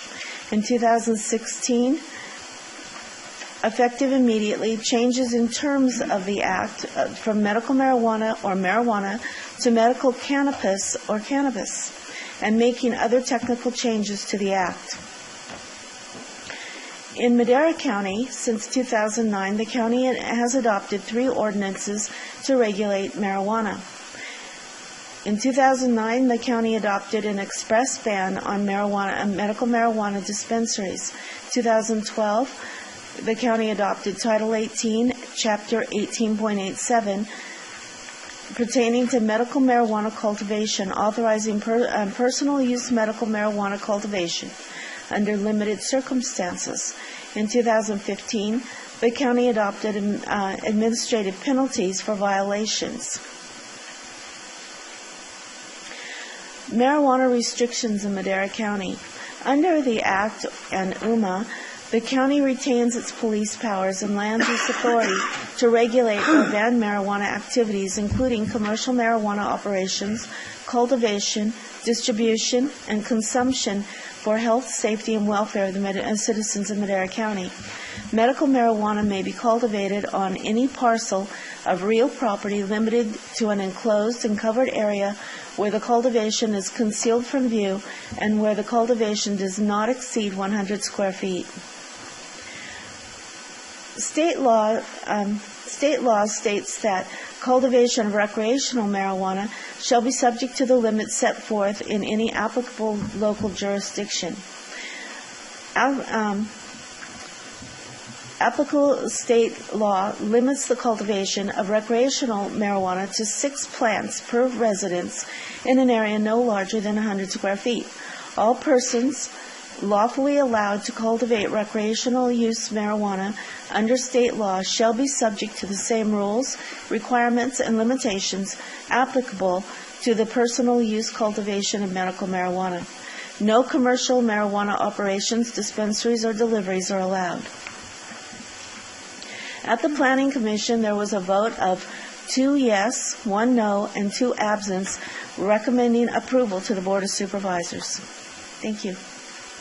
I would just add, Chairman, just for some additional clarification, right? We, as Becky said, we currently have a marijuana ban on dispensaries and the commercial cultivation. And what we're really doing is just folding in the recreational aspects that our ordinance currently has, dealing just with the medical side of the marijuana issue.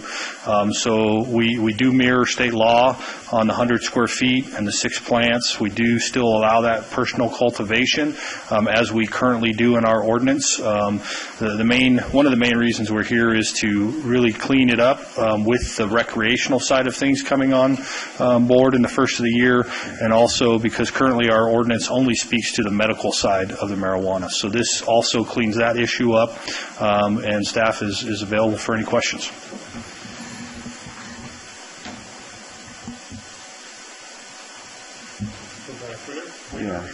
Yeah, thank you. Just make sure the public knows that our ordinance did say 10 by 12, and we passed it back in 09 or whatever it was because that's what the size you needed, that you didn't have to have a permit to have a 10 by 12. But the state law now says 10 by 10, right?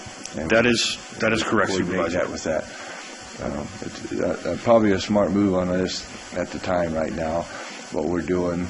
I know we've got the best farmers in the world probably right here in Central Valley, and someday when we see how this plays out, we might want to get in line to have a dispensary or two to collect the taxes and stuff for our citizens too. So rather than let them go to our neighbors, but that time's not, I don't think, right now. So personally.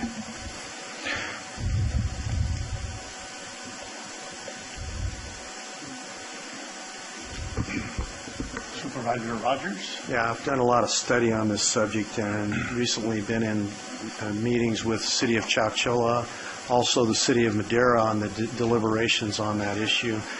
And from the experts that they've brought in their testimony, I'm personally opposed to recreational use or any other use of marijuana for that matter because of the you're 5 times more likely to have psychotic episodes with the THC that's contained in marijuana today than you were back when I was a teenager. And by the way, I never did smoke it then either. I never tried it then. But my point is that a lot of people are touting this as a potential source of revenue, and the experts involved in this, and they are from the study side of the state. One was a State Board of Equalization member for years, studied the revenue end of it, and determined that the cost to regulate it and have it in your county exceeds the actual revenue that would come in as a result of the product. For one, the banks don't allow the growers to open accounts to funnel their money through. Well, they allow it, but it's such onerous paperwork involved, and because there's a large amount of cash going through, it's prohibitive. Let's just say that. Very few of them will actually go and open an account. They pay their employees with cash. It's a situation where Kalinga has converted their prison into a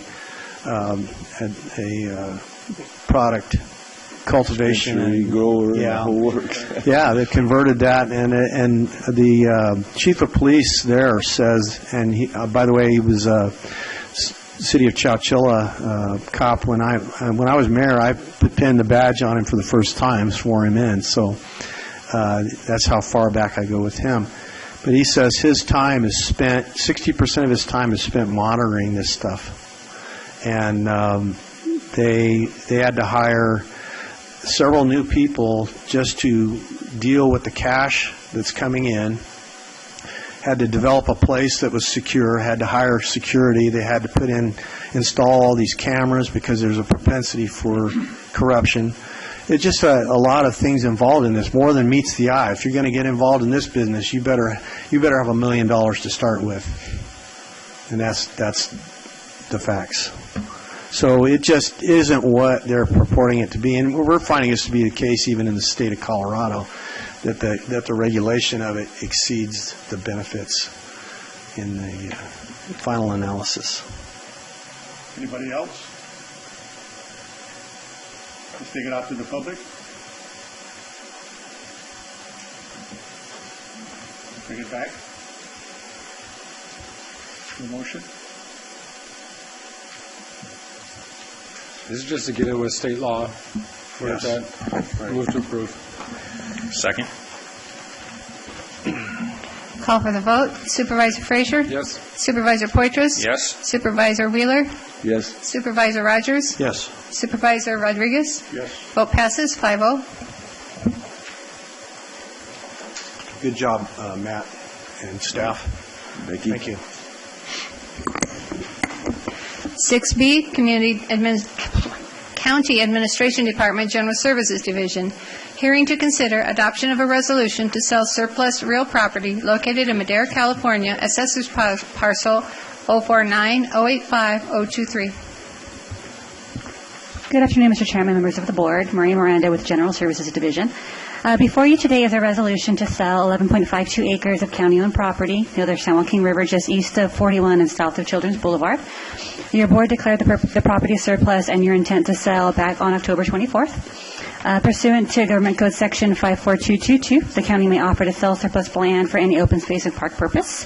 As such, staff and the CIO have negotiated a sale with the San Joaquin River Parkway to allow for the property to remain open space and part of the parkway.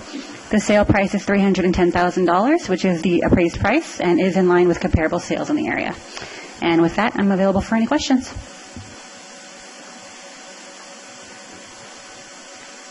Any questions from the board? No. Move to approve. We'll take it to the public. Oh. Bring it back for action. Move to approve. Second. Call for the vote. Supervisor Wheeler?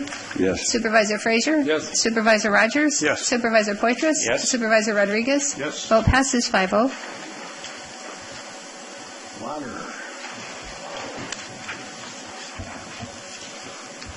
Regular session, 7A, Water and Natural Resources Department. Discussion and direction regarding memorandum of understanding for coordination, cooperation, and cost sharing on pre-construction activities related to the Temperance Flat Reservoir project.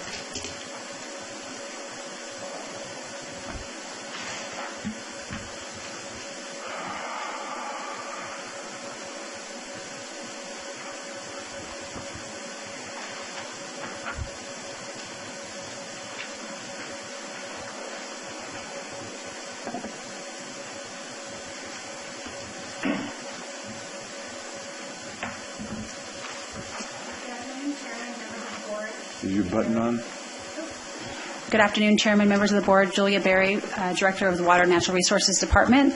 I'm here with Mike Linden, County Counsel for the Water and Natural Resources Department.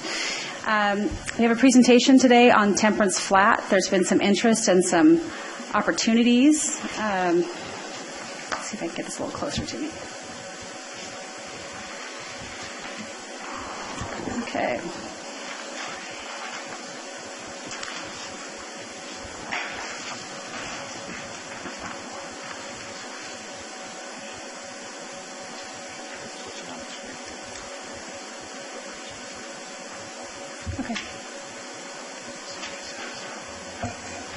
Okay, so we'll start with the basics.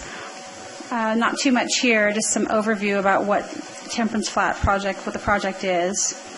Essentially, Temperance Flat would be located behind Millerton Lake, behind Friant Dam, and it would operate as overflow for any waters that would normally spill out of Millerton Lake. So it would be storage essentially behind Millerton Lake. It would involve the construction of a new dam, which would be Temperance Flat. And it would allow us to better manage water supplies throughout the year.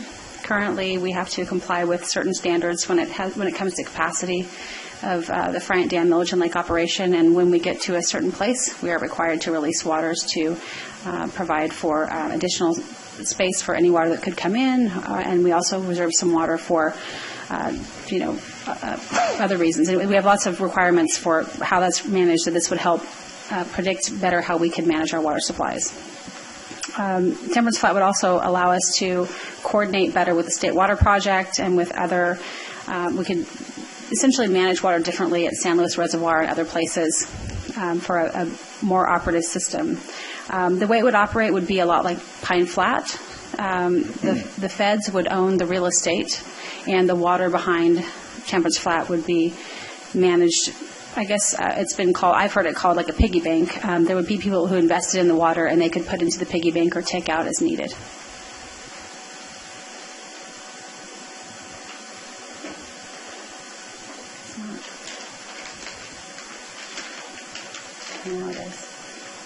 Okay. So Temperance Flat, by the numbers, it's estimated that the total construction for the project would be $3 billion. The last time that estimate was put together was using 2012 dollars. The total capacity that it would provide would be 1.26 million acre feet, although when you look at average long-term yield of the project, it would be about 10% of that, about 120,000 acre feet annually if it's averaged out over many years, depending on water supply and rainfall and those sort of things, snowpack. Realistically speaking, this would not be constructed. The earliest I've heard is 20 years, up to 40 years. So just want to stop here and comment that Temperance Flat will not be the fix for the groundwater problem that we have. It won't help with Sigma.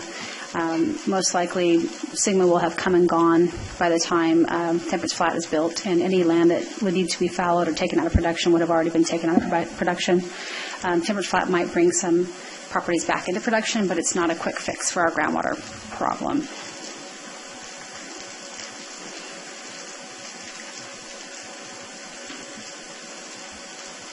So it's not working on my screen.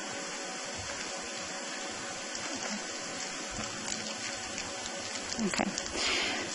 So there are a few efforts going on, 3 different efforts. The Bureau of Reclamation is looking at the project. They've done a lot of work on this project already. They're doing a feasibility study to determine what their interest in the project could be, how they could use any water, potentially how they could participate financially. Secondly, Madera County has been involved in the San Joaquin Valley Infrastructure Authority. David Rogers is the representative on that authority, with the alternate being Brett Frazier. I have never been to a meeting where Supervisor Rogers has not been there, so we've been very active, and the county has also been funding that effort. So what has come out of the San Joaquin Valley Infrastructure Authority is a water supply investment application for $1.3 billion for Proposition 1 funding. We have not heard yet if that money will be available for the project. Obviously, Madera County is in support of that application, has funded those efforts. There are people outside of this building who, in some ways, would be okay if the state funding did not come through, because Chapter 8 in Proposition 1 requires ecosystem benefits, water quality improvement benefits, flood control, emergency response water. It dedicates a lot of water that would go to other places except for M&I or to agricultural use. And so there are some who would prefer to pay to build the project on their own so they could have better control over how that water is used. So moving on, the third effort is what we're going to focus on today. Friant Water Authority has watched what was going on with the San Joaquin Valley Infrastructure Authority. The Proposition 1 application that was put together did adequately demonstrate that the project is feasible. And so in the most recent months, Friant Water Authority has taken the lead on looking at doing a technical study to look further into how Temperance Flat would actually work practically and who would be the partners. And so there is an opportunity for Central Valley contractors to participate by signing on to an MOU and being a part of a project to analyze how those water supplies would be used. I did point out here in the presentation that Madera County is a Central Valley project contractor. We do have a small 200 acre feet contract for that, for water behind the dam. So Madera County would be eligible to participate in the pre-construction activities, the technical studies that are going on. So what do those technical studies do, or what does it mean? The investment is $100,000 per year for at least the next 2 years. And the governing bodies who are signing on to participate in the technical studies will sign an MOU that allows for a scope of work to analyze the project. I do want to say that non-participation by a governing body at this time does not preclude you from jumping on in the future. So if a decision is made today not to invest or to invest, you can go either way. If you decide to invest in the project, you can retract your financial commitment and your involvement in the future, and vice versa. You can wait till a later date to participate in the project. One important thing to understand is that any financial commitment that's made through this process would actually be counted as a credit toward the construction of the project of Temperance Flat when it is constructed, whenever that may be in the future. So I've listed the specific items that will be performed under the technical studies. But in a nutshell, what they'll be looking at is what the project yield will be, who will have the rights to the water, and when it can yield water throughout the year. And there'll be meetings with different players to discuss if they're interested in purchasing a space to then store water behind Temperance Flat and how that would be used. For example, say one of the parties had 100,000 acre feet of water, they had a space where they could put 100,000 acre feet of water. One of the things that will be looked at is how they intend to use that water. We could use last year as a good example.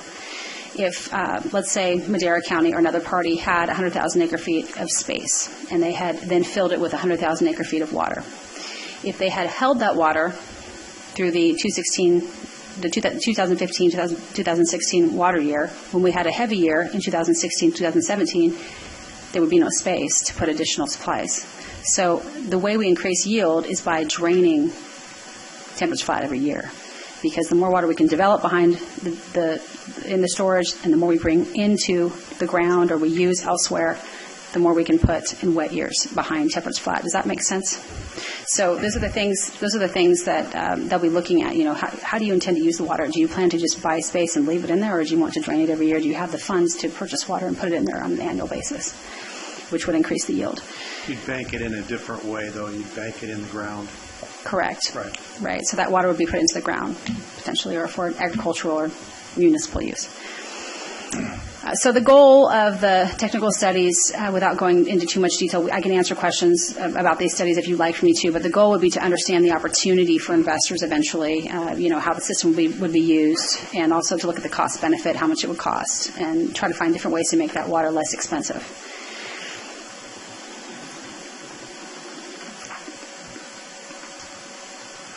So my recommendation as the Director of Water and Natural Resources Department, as your staff who studies these things, is that we at the county continue to monitor the situation. Have been in communication with the two districts in our county that do bring in surface water, Chowchilla Water District and Madera Irrigation District. At this time, we receive water either through the Madera Canal or that's how we at the county bring water in. Water is also brought to the county by the San Joaquin River and tributaries. But the two players that are able to do that for us is Chowchilla Water District and Madera Irrigation District. So they are our natural partners, and both of them have already agreed to sign the MOU, and they have both invested the $100,000 that is required. So my suggestion would be that the county strengthen their relationship with those districts and continue to monitor the situation and look at other more immediate ways to invest money. We have some real capacity limitations. The Madera Canal is smaller than it could be. We could bring in more water if the Madera Canal was expanded. We have some real issues with levee improvements. I think they're going to be discussed today that are an immediate issue for years like what we just had with floodwaters. And we also have abilities or opportunities to bring in more surface water and to purchase more surface water if it's available for sale. So my recommendation would be to look at things that would help with the Sustainable Groundwater Management Act in the short term. And with that, I'll take any questions. Good job. Supervisor Rogers? Yeah, I just wanted to capitalize a little bit on what you said there at the end, which is perfect segue into some very important things that need to happen in the future, and it's probably a partnership. Our current partnership in the San Joaquin Valley Water Infrastructure Authority. This may bespeak of our future endeavors with that particular entity, because we've discussed beyond Temperance Flat. What do we do there? And naturally, if Temperance Flat didn't get built through Prop 1 funds, I believe personally, through everything I'm seeing, the investment that's coming forward, everything I'm seeing, I believe Temperance Flat will be built. And even if it isn't, we've got to secure our water future. And the way to do that is through groundwater recharge and conveyance. And I see the potential for later on going after bonds and funds for a peripheral canal, one that's goes side by side, or strengthening the current Madera Canal to the point where it has a larger capacity. I think probably Branch Canal would probably be the answer in that regard.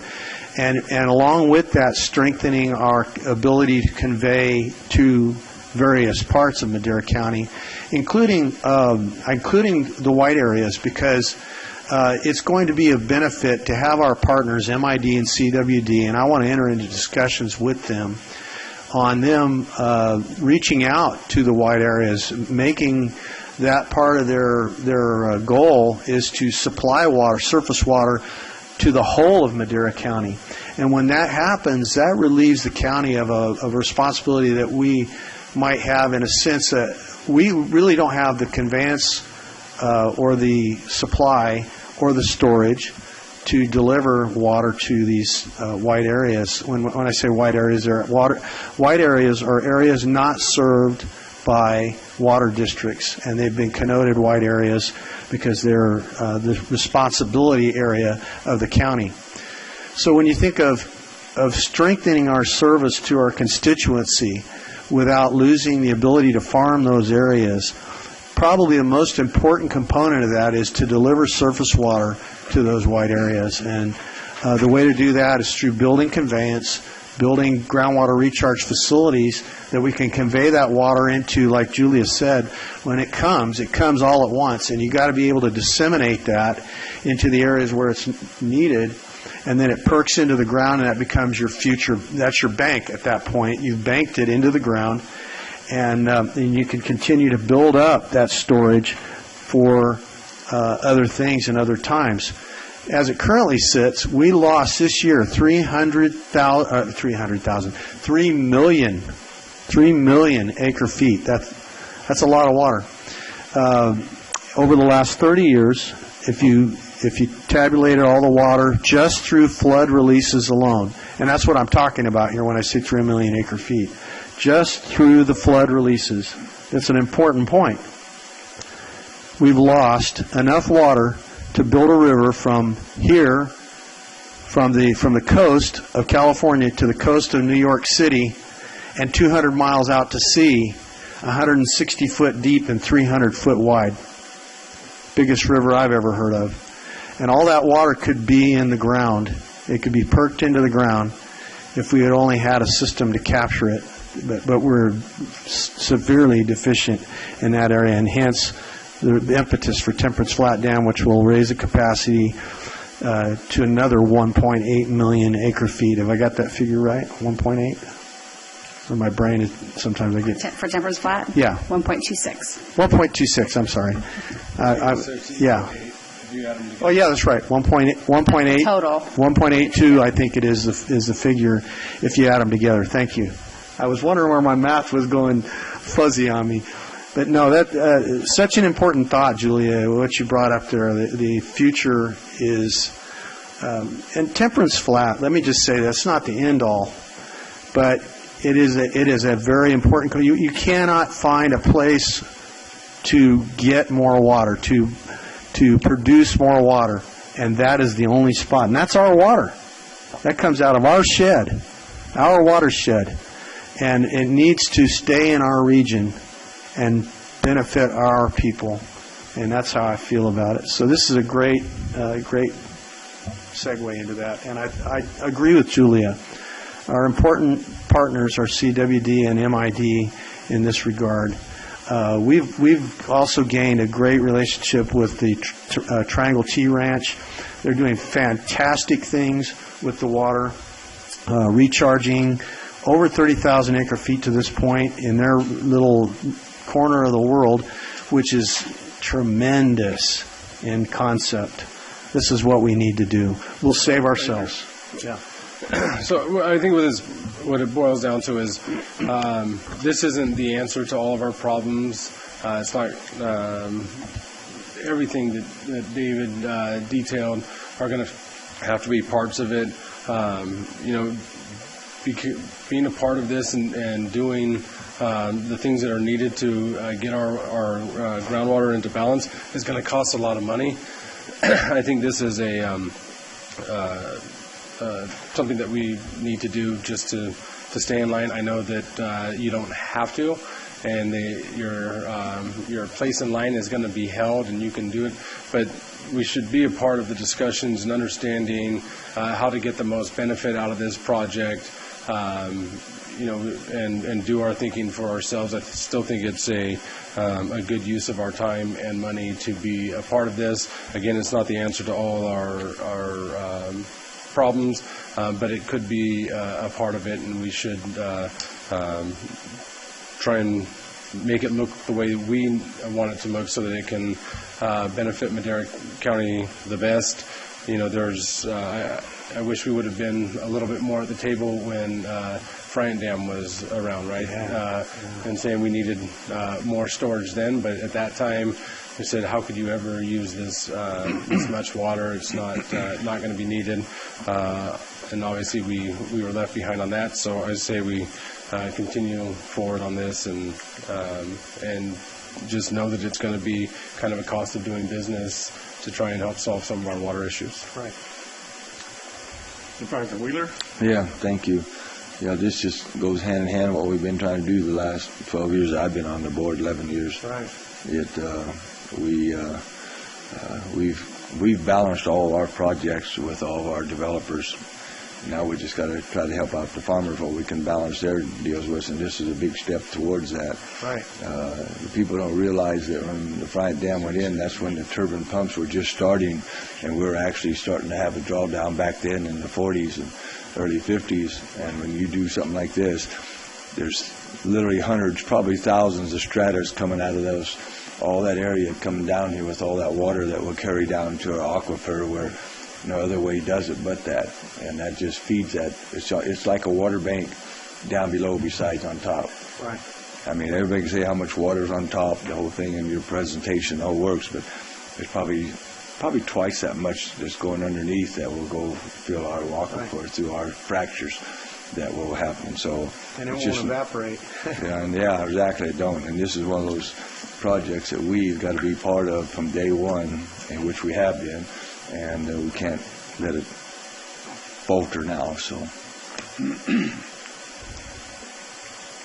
I just wanted to say one more thing real quick, Mr. Chair, and that is that the neat thing about the operations that they've developed for Temperance Flat, for the system, is it guarantees the contractors what they are entitled to now. It also ensures the 215 water. A lot of people worry about their 215 water. If you receive 215 water on an average year over and over again, your averages are guaranteed under the operations. You will not lose those averages. The fact is, that's just a teaspoon in the ocean of what's available that we've been losing every year. Yeah. So this just really is this is why you have participants from the exchange contractors, CCID. You have everybody at the table, literally through the San Joaquin Valley. They're here because this ensures them. This helps to take off our dependence so much on the CVP and brings us back to a greater control locally than we've ever had before. And the operations is critical on this thing. Nobody wants this dam if the operations are all screwed up and everything goes to the fish. I mean, that's just not the idea. But we've developed 260,000 acre feet of usable water in the operations. That's a lot of water. That's a very feasible plan.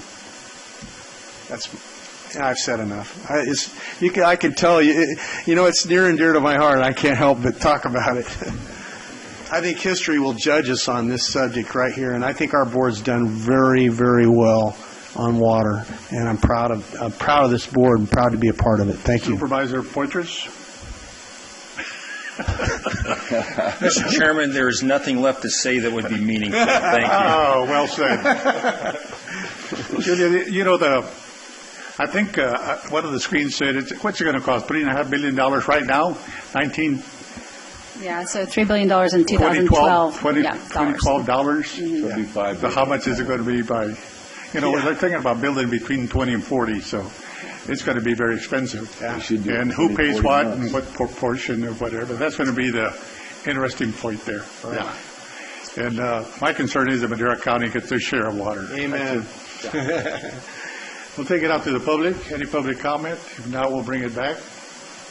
Move For to direction. approve 7E. Second.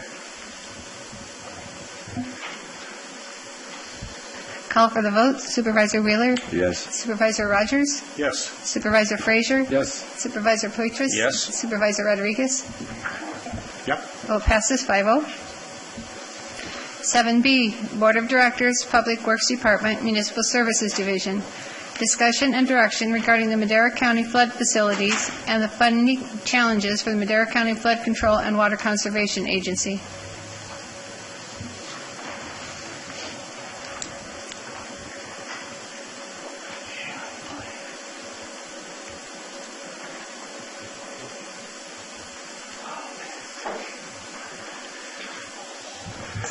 Good morning, Mr. Chairman, members of the board.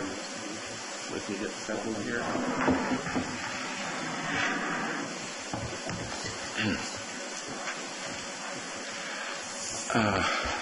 My name is Ahmad Al-Khayat. I'm the Public Works Director. With me here is Mr. Dario Dominguez. our engineer in charge of the Madera County Flood Control and Water Conservation Agency. We are here today to give you the board and the public a quick update on the ongoing activities, responsibilities, and challenges of our flood control agency. Our goal at the end of this presentation is to engage in a productive conversation and seek a direction to staff to pursue in an effort to overcome these challenges. So here we go. The quick outline, and this will be a bit lengthy, but I'll try to go real quickly. There's just too much information that we would like to share and inform you about what's going on in our shop. This is the outline of this presentation. I'll give you a quick background on the establishment of the agency. Then we will illustrate our flood control facilities, what they are and where they are located. We'll talk about our two most recent flood events and the challenges. We're going to talk about the current and future projects and programs and grants that we are currently working on and seeking. Then we'll do a quick budgetary comparison in the last 5 years as far as this agency's responsibilities and funding challenges. Then we'll end up with some recommended options for your board to consider, and we will open for questions, but please interrupt me at any time. Dario and I are here to answer all your questions. Okay. So, this is the act that created our agency. So I will just read the first paragraph from this act, and that would give the whole picture of what this agency is responsible for. So this is Chapter 110 of the Water Agency Act of 1969, which is now known as the Madera County Flood Control and Water Conservation Act.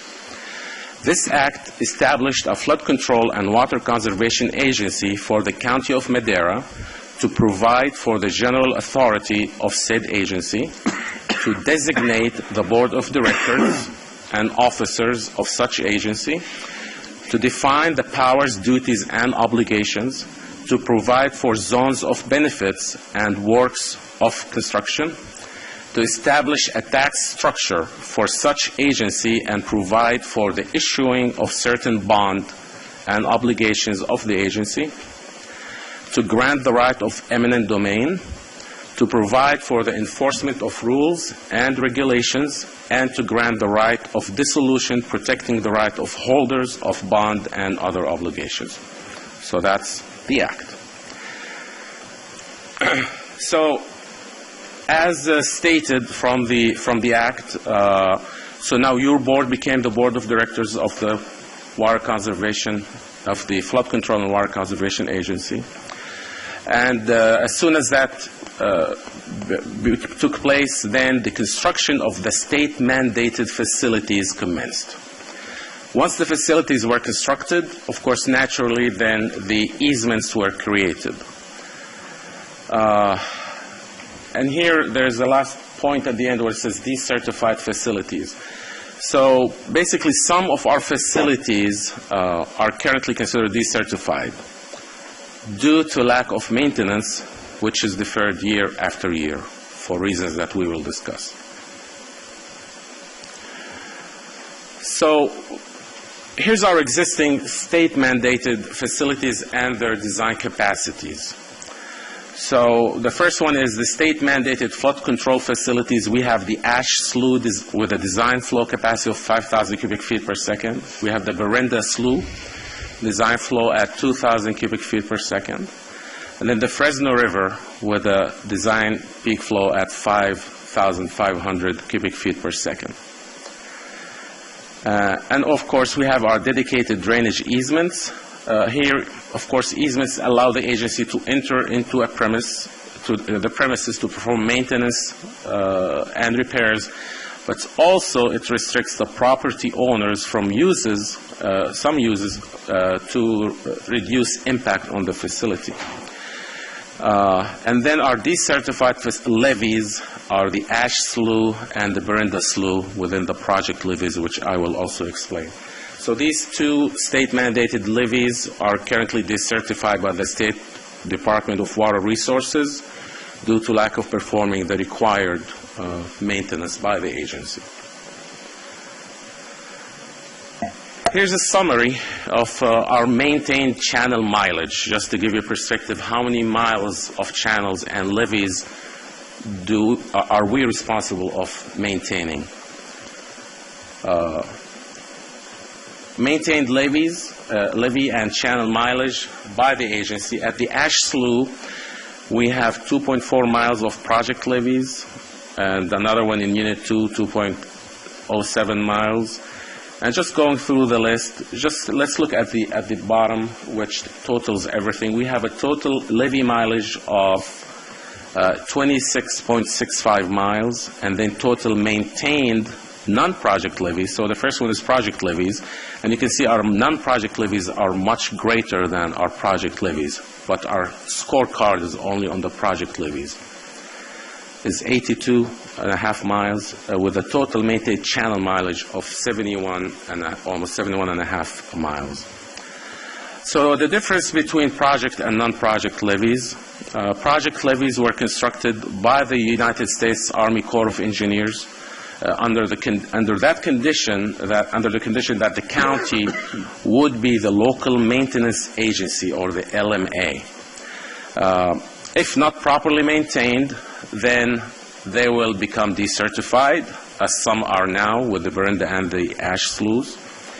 And then the county becomes ineligible for grant funding and or rehabilitation funds. Not only that, there's another component of it. Talk about the insurance problems with that. You already got that on the board? Yes, sir. Okay. Yes, Supervisor. And non-project levies basically is everything else, right? And that's the majority of our facilities. They're not being monitored by the state, but we are still under the Central Valley Flood Protection Board purview. Regardless, maintenance responsibility falls on the agency with cooperation of adjacent property owners as needed.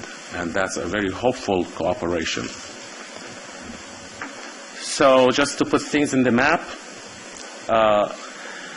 summarize, our agency, we are responsible to maintain everything that comes out of, this is Eastman Lake, Hensley, and Millerton, all the way downstream to the east side bypass by Fresno County line. So all of these are the facilities that we need to maintain, make sure that they are in a shape that will not cause public health and safety, which is flooding and whatever economical and other problems. Then talk more about our existing facilities. So our non-project facilities under the agency's jurisdiction is the Verinda Creek, Dry Creek, Cottonwood Creek, Schmidt Creek, all natural drainage and tributaries. And then here I put a point here just to talk about property owners' responsibilities. Some of these facilities, especially the creeks, are within, of course, private properties.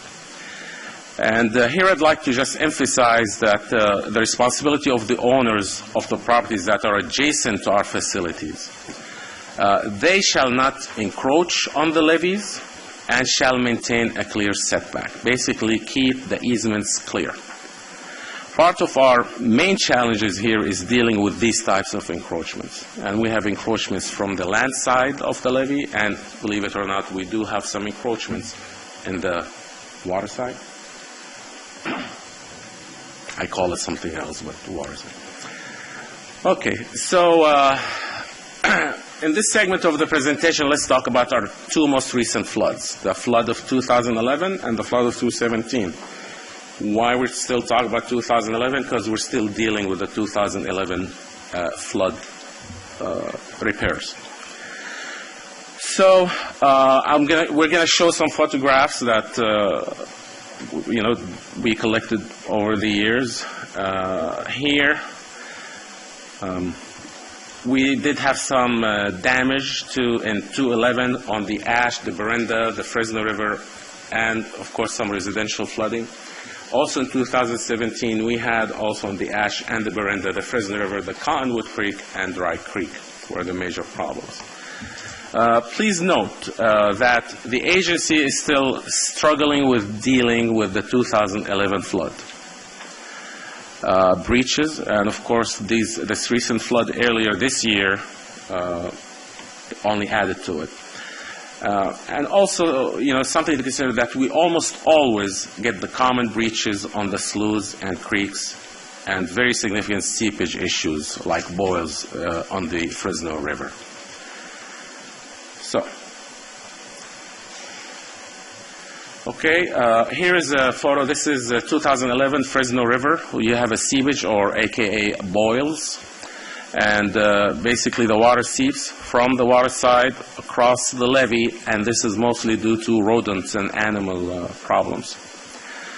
So here what I'd like you to see, here's my cursor. I did not need a pointer. I just want you to see the proximity of the crops here to the toe of the levee. And look at the power lines. Okay, so just to put things in perspective. Because what this does is makes it very challenging for us to really see any potential damage to the levee. So this is an example of landside encroachment by the property owners. Next one here, this is at the Ash Slough. This levee broke at the Ash Slough. And here, this was after the fact, if the picture is clear in your monitors or not, but some dirt moving activities. We added some dirt to basically cover the breakage right here was breached. And okay, so this is a photo from Supervisor Frazier's office. No, just kidding. No, it's from the other side of town. But this, I really want you to see, this is at the beginning of the uncontrolled flood releases, right before our first rain event. I just want you to see how the Fresno River, it's evident that due to our maintenance efforts in the past 3 years, clearing the vegetation off of the Fresno River, and the debris from the channel, you can see that the Fresno River managed to withstand the flows at almost its full capacity throughout the city of Madera. It's without any major issues. So that was, this is something we would like to see, and we as, the agency, the flood control agency, this is the type of work that we need to always do, not just wait when money is available and do it. So this has to be one part of the continuous maintenance of the channel. This cleanup effort, by the way, was fully funded by the flood control by our agency, without any assistance from any other funding source or neighboring agency. And this basically consumed all of our budget. The 3 years of approximately $150,000 to $200,000 a year of clearing the Fresno River just within the city limits. Just to put things in perspective here. Here, this is the Fresno River. This is now, we're in 2017. This is the Fresno River, north bank. It's about 3 miles west of the city of Madera. And it suffered serious erosion on a span of about half a mile. And this is one of the things that Dario and I were basically working in the weekends just on site, try to coordinate crews with our road crews, and also getting some materials from Madera Irrigation District. But what I want you to note here, this picture is important. Again, I want you to see where the power poles are. They're way back there. And then I want you to see if you can, the type of material which is underneath this paved segment, this pavement. Under this pavement is nothing but riverbed sand. So what this tells us is somebody went in the channel, in the river, and pushed the sand up, packed it, and put asphalt on top. Of course, that's not proper material for a base material for roads. But again, this is an example of waterside encroachment by the property owners. Again, this is more erosion on the ash slough. Here, this is again the ash slough where the levee is failing. This is, of course, we will seek assistance from anybody. I mean, even though they are facilities, but they are used by other agencies like Madera Irrigation District and sometimes the Chowchilla Water District. So we do call them when there's a problem, we need your help, and vice versa. If they see something, they call us. But it is on us to repair our facilities. That's the thing. But here, we're cooperating with the Chowchilla Water District. We're temporarily stabilizing a levee. I don't know if you can see from the photo. Here's the water. Here's the levee, which is eroding away. What's down there is the city of Chowchilla. Lots of homes down there. So any breakage here, hundreds of homes will flood. And this was a near miss, or I would call it. But you can see how much erosion went in and how low these homes are at the toe of the levee. This here is the city of Chowchilla Yard. They're losing their culverts in the river as it erodes away. I don't know if you can see it. Again, this is the Brenda Creek, and the Brenda is always failing on us. Again, this is the Brenda Creek. This is just a map to show how many breaches and breaks and problems we had on the Brenda. And it is one of our most costly repairs and costs for the agency. And I just want to, I don't know if you can see my cursor, if we can follow, right here, so if I can start here, and let's follow the natural flow of the creek. It goes like this, and then somehow it makes a 90-degree turn right here. So here's an elbow, and then it takes another one here. But if we are to follow the natural drainage, I would expect it to go diagonally through that property. So this here, automatically, we have, every time it floods or it rains and there is water, and we have failure there. And this also altered the floodplain as well for this whole area. Right? This increased their flood insurance, which is one Supervisor Rogers is mentioning. So somehow, some time ago, the natural creek looked more like a canal, right? And it managed to have two 90-degree turns, and that is basically a recipe for failure. That's not the natural flow of that. Correct. Been altered probably years ago. Correct. Exactly. So this is sometimes ago. So this has, and as I mentioned, this also altered the floodplain, causing flood insurance premiums to skyrocket. Here's our Cottonwood Creek. Cottonwood Creek also suffered many breakages, and here's just a photo to show many locations where the Cottonwood Creek was breached. And this is our floods, of course, never fail to make it to the papers, right? And these are clippings that Dario collects over the years. There's some more. Okay, so now let's not let the flood stop us, right? So let's just, on a happy note, let's tell you what we are actually doing, how this agency is undertaking, as far as projects and programs. So current projects and programs, we're moving forward with a healthy list of projects and programs. We have the Ash Slough, a Rondo eradication and sedimentation removal project. Basically remove a rondo from the channel. There's approximately 8 miles. And also we remove the accumulated sand to bring back to natural design grade.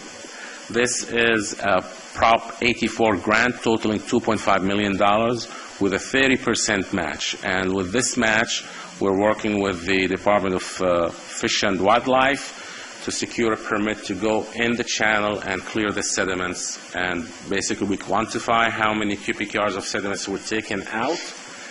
And we just got the permit, 3 months ago? It took about 2 years. of waiting, and with that we had the flood of 2017. But now any adjacent property owners could come take a no-fee permit from us to go and take as much sand as they want. Same concept with the Berenda Slough. Also, it's a Prop 84. This is a $2.7 million with a 30% match. Also, we're trying to do it in kind by sediment removal. Now, if we are unable, of course, then it has to be money. Then the Fresno River Levee Repair Projects, or the FSRP. Basically, repairing critical sites on the levees of the river. There's 8 sites in the western side near the bypass. This is a Prop 1E grant for, we got $2.2 million, and this one has a 10% match. So our share is 10%. This is one of the biggest challenging matches currently for the agency because we hardly have that money for the match. The damages in these project levees were mostly caused by the 2011 flood, by the way. The state mandated that these critical damages, such as the seepages, be repaired to avoid the risk of future levee failures and continuous decertification of our levees, which means no eligibility for future grants. The levees were repaired temporarily until these Prop 1E monies were available. We went after that money and we secured it in 2014. And now we have a consultant or a contractor working on the repair work, design and construction. We finished design. Now we're hoping to go into construction once we get all the permits from the agencies this summer. We'll go and play with our toes in the sand, I guess. So next one is the National Flood Insurance Program, propane tanks. Okay, that sounds funny, but basically we are working with FEMA on this ongoing issue, and here's the problem. See, collectively this program has $200 million for grabs, okay, and it could be available for immediate assistance. But the main issue here is that the private property owners not acquiring the necessary permits when erecting certain structures that happen to be in the floodway. So in your backyard, you're on the Schmidt Creek, let's say, and you just put a shed there, right? Unpermitted. But again, these are people's backyards, right? And then also when they install their propane tanks outside of the program guidelines. There are certain programs where the propane tanks need to be elevated at a certain elevation and strapped down, of course, so they don't float away. Exactly. So you will be surprised, Supervisor, how many of these we have a problem with enforcing that condition. So this is a very undertaking, especially for the FEMA representatives, because they are periodically checking on us. They're all, at the day's notice, they could call us, say, hey, where are you at with complying with this propane tank situation? And of course, we just have to state the facts. So enforcement is also a big problem. More current projects, we have the Parkwood Letter of Map Amendment, FEMA, and working with the property owners to process an amendment through FEMA to remove insurance premiums requirements. This is with the direction, actually, the directive of Supervisor Rodriguez, Mr. Chairman, about 3 years ago. He came to us and he said, I need to see what you can do here in Parkwood, because the majority of the people there believe, and they are not, they're elevated high enough above the flood elevation. What can you do? So we start facilitating for us, we facilitated the communication with FEMA. Basically, it's an ongoing project that we hope to end up with the understanding from FEMA that these houses are built above the flood elevation requirement. And this is an old issue that started with the inception of Parkwood, where the developer did not really do their due diligence with FEMA. And for years now, these residents are paying for flood insurance where the majority shouldn't. And this was, again, I mentioned Mr. Chairman is the one who brought it to our attention. And I want to tell you, sir, that so far we had 19 applications and 15 were already removed out of they're no longer paying flood insurance. Ahmad, you're my hero. Thank you. You're my chairman. Actually, Dario is your hero. Thanks. So, and this is an ongoing project. Now, the cost for this is going to offset itself because we do have a nominal fee for each property owner to pay. That will cover staff and whatever application payment. So this is ongoing and we'll continue it. And then we have the stormwater resource plan is a plan required to apply for Prop 1 grants in the spring of 2018. The plan is currently has over 30 potential projects. Now, this again is a Prop 1 requirement to be eligible for the spring 2018 round of grants, and currently we are at the final steps for completing the plan, which could make us ready for the grant. This is budgeted at $175,000 with 25% match, local match. The Integrated Regional Water Management Plan or Plan Update is basically we're trying to edit a few sections in the plan to make it eligible for Prop 1 monies, adding some drought issues and bring it up to the new standards. Correct, so that we will be able to get some more Prop 1 monies. And I think the county's share of that is about $7,000 to $10,000. It's shared amongst the stakeholders. Current project programs are Municipal Storm Sewer System Program, MS4. Okay, this is an ongoing project for the agency. It's created by the APA, requires monitoring of all construction, industrial, commercial projects within our MS4 boundaries per guidelines. We have two locations, two boundaries, one in the ranchos and one in Madera Acres. And this, again, basically this is for pollutant concerns. Now this is being amended. We've been doing it for, this is the 5th year we're doing this at a cost of about $100,000 a year. Now the MS4 is being amended to include trash. So once this amendment passes, looks like this is a task that we will have to always carry on routinely at a cost $75,000 to $100,000 a year. So just to summarize, put numbers on the jobs, we have, this is a summary you can go over, $2.5 million on the Ash Slough under Prop 84 with a 30% match. The Brenda Slough, $2.7 million at 30% match.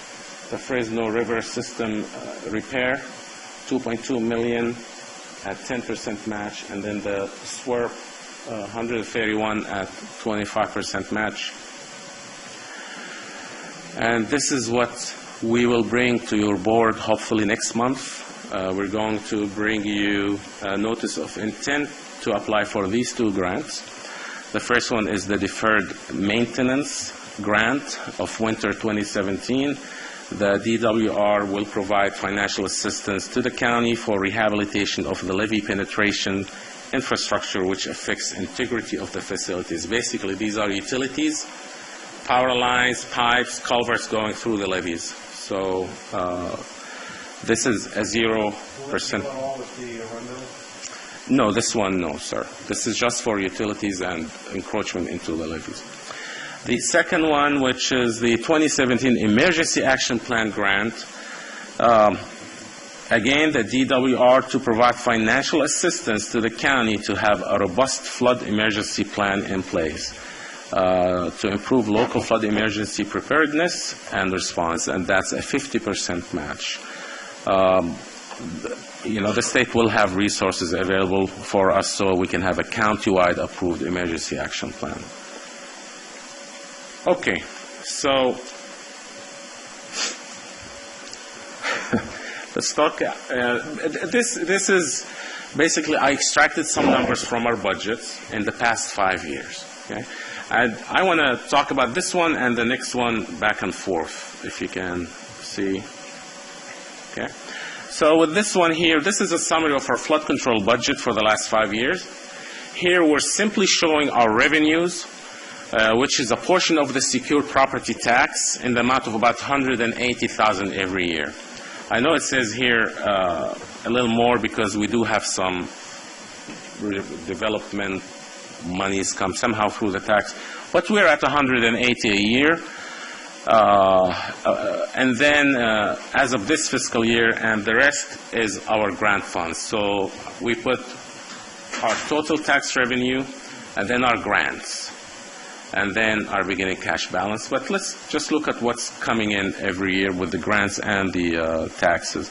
And then I also included expenses, but I did not add any cost to staff or match monies, or at least minimum maintenance of the facilities. And here, if we don't do any of that, we're sitting good in the positive.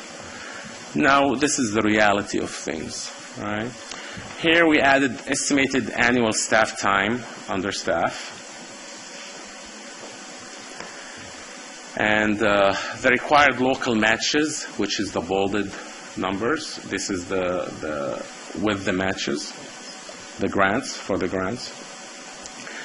And this fiscal year, if you look at this fiscal year 16-17 column, I added what we recommend as a minimum maintenance of the facilities, which is to continue possibly later this year to work on the Fresno River, of course, clearing, and also do some minimal work on the levees and the channels. So as you can see, the reality of things is that we are always in the negative because we have to perform necessary activities and programs and pay our matches to the grants and pay our staff, which is not showing in the previous slide. Please note that the red highlighted cells are what we must do as a minimum to maintain our facilities, to try to be certified or recertify our facilities. And also, as you can see here, if you look at the red cells here, they're empty because we stopped, because there was no money really to do any of that work of the certification. But then, this is what we wish here this year to do.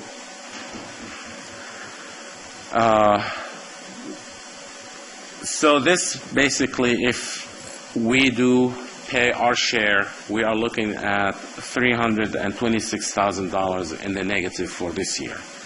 And this is because we are active now with our flood repair construction project, which is the $2.2 million with a 10% match and everything else, plus the floods of 2017, which cost us about, just interdepartmentally within Public Works, $90,000. That is due to the road fund for all the crews that work to protect the levees.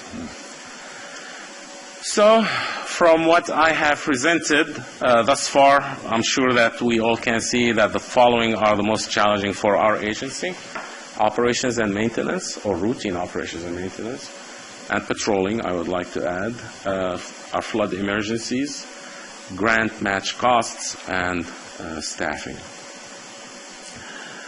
So, and this is why Daria and I are here under the direction of Eric to discuss our flood control needs. We are seeking your direction towards a solution, but here are some options I'd like to just throw it your way to entertain. One, leave the system as is and risk state and federal involvement. Well, the state in this scenario could come in and say, remember when we built your facilities and you agreed to be the LMA? Yes, well, you're not doing a good job. Give us the keys back. And if they do that, then they will have to repair everything and fix everything at their cost, and they will charge the property owners from our understanding, not the county. So that's option one. Option two is certifying the levy. Certifying the levies, The Ash Slough and the Berinda Slough, these are the project levies. This is our scorecard, right, to be in the good graces with the state. We certify these project levies, which is 8 miles and 7 miles, 8 and, yeah. And this we're estimating, just rough estimate of $200,000 per facility per year for the next 3 years. We would be in good. So that's about $1.2 million just in the next 3 years to try to certify the levies. Also, and then perform a comprehensive cost allocation and assessment needs analysis. This here, we highly recommend this option to you. And basically, we could start with a purchase order of less than $10,000 and put a good RFP out, basically assess our needs, our flood control needs. And when I say flood control needs, I'm saying all the way from the mountains down to the bypass. So don't think that we're only talking flooding here in the valley, because we do have, absolutely, it's countywide, yes. So that's basically a request. We can send an RFP, just requesting proposals of, just look, study the situation, give us your thoughts, what you think a proper assessment would be if that's something you'd like to entertain. And of course, basically, maybe the goal would be the formation of a flood control assessment district, just like most of our neighbors have. And I'm sorry for taking too long, but this is it for now, and we can take your questions.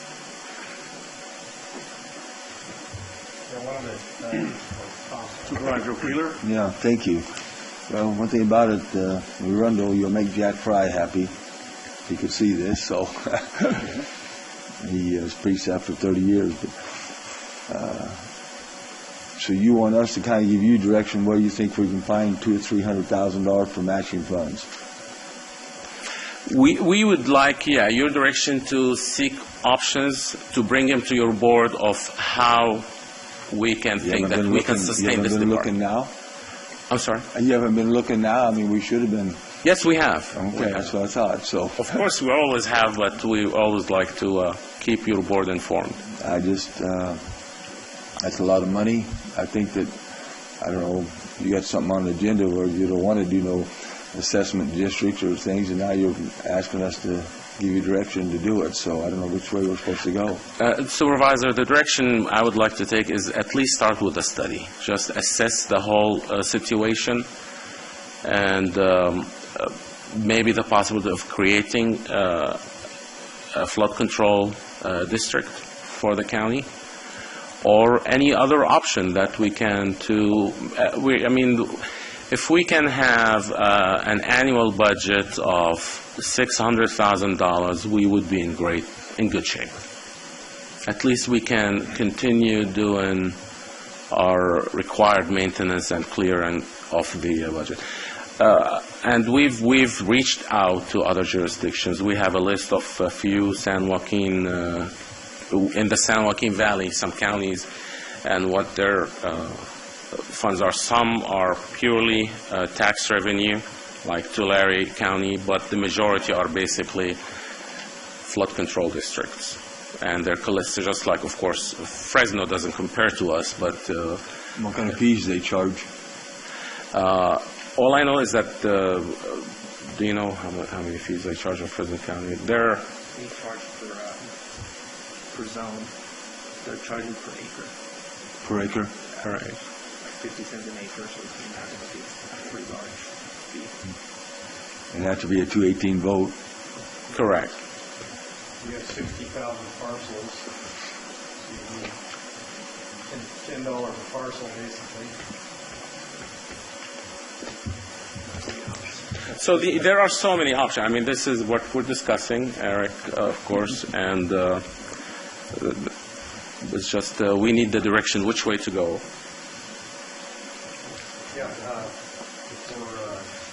Before Eric chimes in, I think he's got something good to say there. Certifying these levies is really important because, for one, you can't get a permit to do anything in a, or you can't, let's say you can't get financing to build anything in a flood zone without flood insurance. Without certification, you can't get the flood insurance, so your property's basically worthless. You can't insure anything. And so we've been on this ticking time bomb. We've been sitting on it for a while. It's not sitting on it. We've been working, we've gotten the Arundel cleared in Brenda and Nash. Big. Yeah, I mean, that's been a big problem. And not only does it mean real flood channels, it means flood channels with capacity.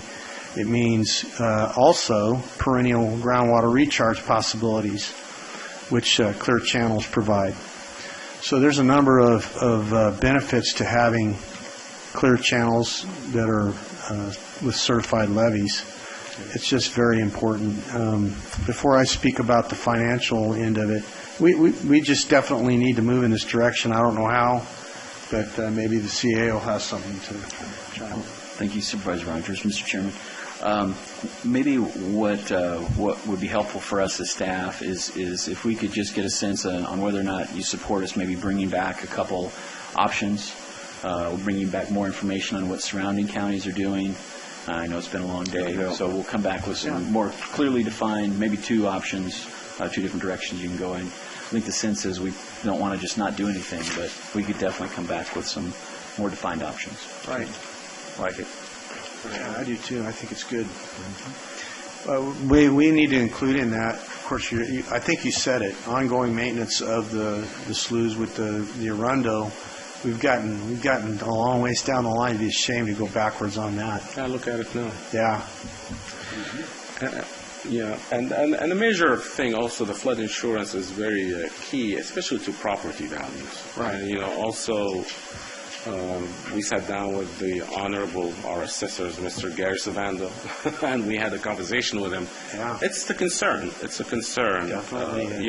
Exactly. So, also, he was very helpful in helping us with this presentation as well. So, thank you. But just real quickly, we have in Tulare County, they're all, it's a flood control district, $600,000 a year they're collecting. San Joaquin County, it's a flood control district, $1.2 million a year. And, of course, Fresno County, they have the county city with the city of Fresno and city of Clovis. They have the Fresno Metropolitan Flood Control District. And, so this is not apples to apples, but again, we are in a bind here, and our floods are very active. We're a very active flood area. So. Well, let's take it out to the public. Any comment from the public? If not, we'll bring it back to the board to the direction. I move we direct, or do we need a motion? Direct staff to. Chairman, you don't need a motion, but It makes direction clear. Sure, but the public record's there as well. Yeah, I make a motion that we direct staff to come back with some options for financing of flood maintenance district. Second that. Okay. Call for the vote. Supervisor Rogers? Yes. Supervisor Poitras? Yes. Supervisor Wheeler? Yes. Supervisor Frazier? Yes. Supervisor Rodriguez? Yes. Vote passes 5-0. Board of Directors, Special District, Public Works Department, Administration Division. Discussion and direction regarding establishing a policy for the formation and creation of special districts and zone of benefits.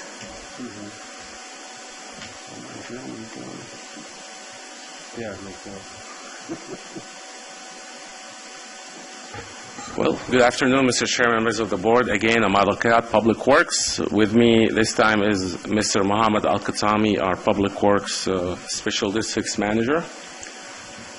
And I promise this one will not be as long, or he promises. Anyway, the public,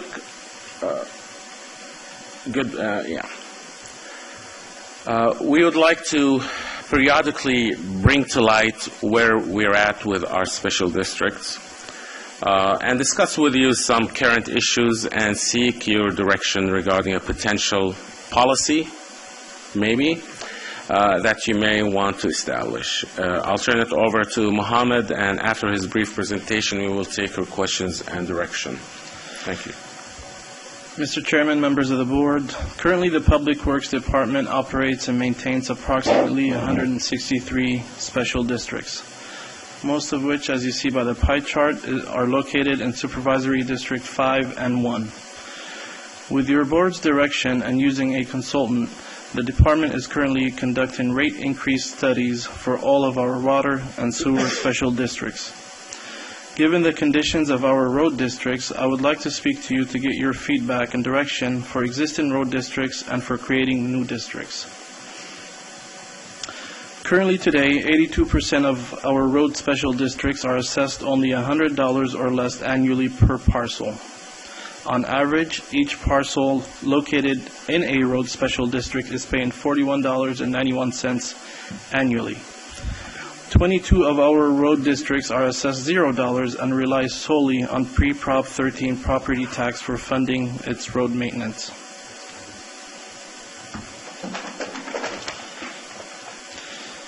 We at Public Works understand that your board is reluctant to establish new districts, but to clarify what went to your board today on consent, which is the annexation of 3 new phases into the recently established Zone of Benefit D within County Service Area 22. I would like to say that County Service Area 22 was created in 1992, and our development agreement requires us to establish these zones of benefits within CSA 22. So this was not to establish a new district, but we are simply abiding by our development agreement. CSA 22D, Zone of Benefit D, is our recent one, and it includes street maintenance, street sweeping, street light operation and maintenance, and landscape maintenance. Finally, the Public Works Department is seeking direction from your board to establish a policy for forming special districts and zones of benefits, if any at all. Our department is receiving requests from the public to create additional special districts and zones of benefits. Furthermore, we are also seeking direction from your board to fairly assess existing road districts, as most rates were assessed prior to 1995 and do not reflect today's cost. This concludes my presentation, and we're here for any questions.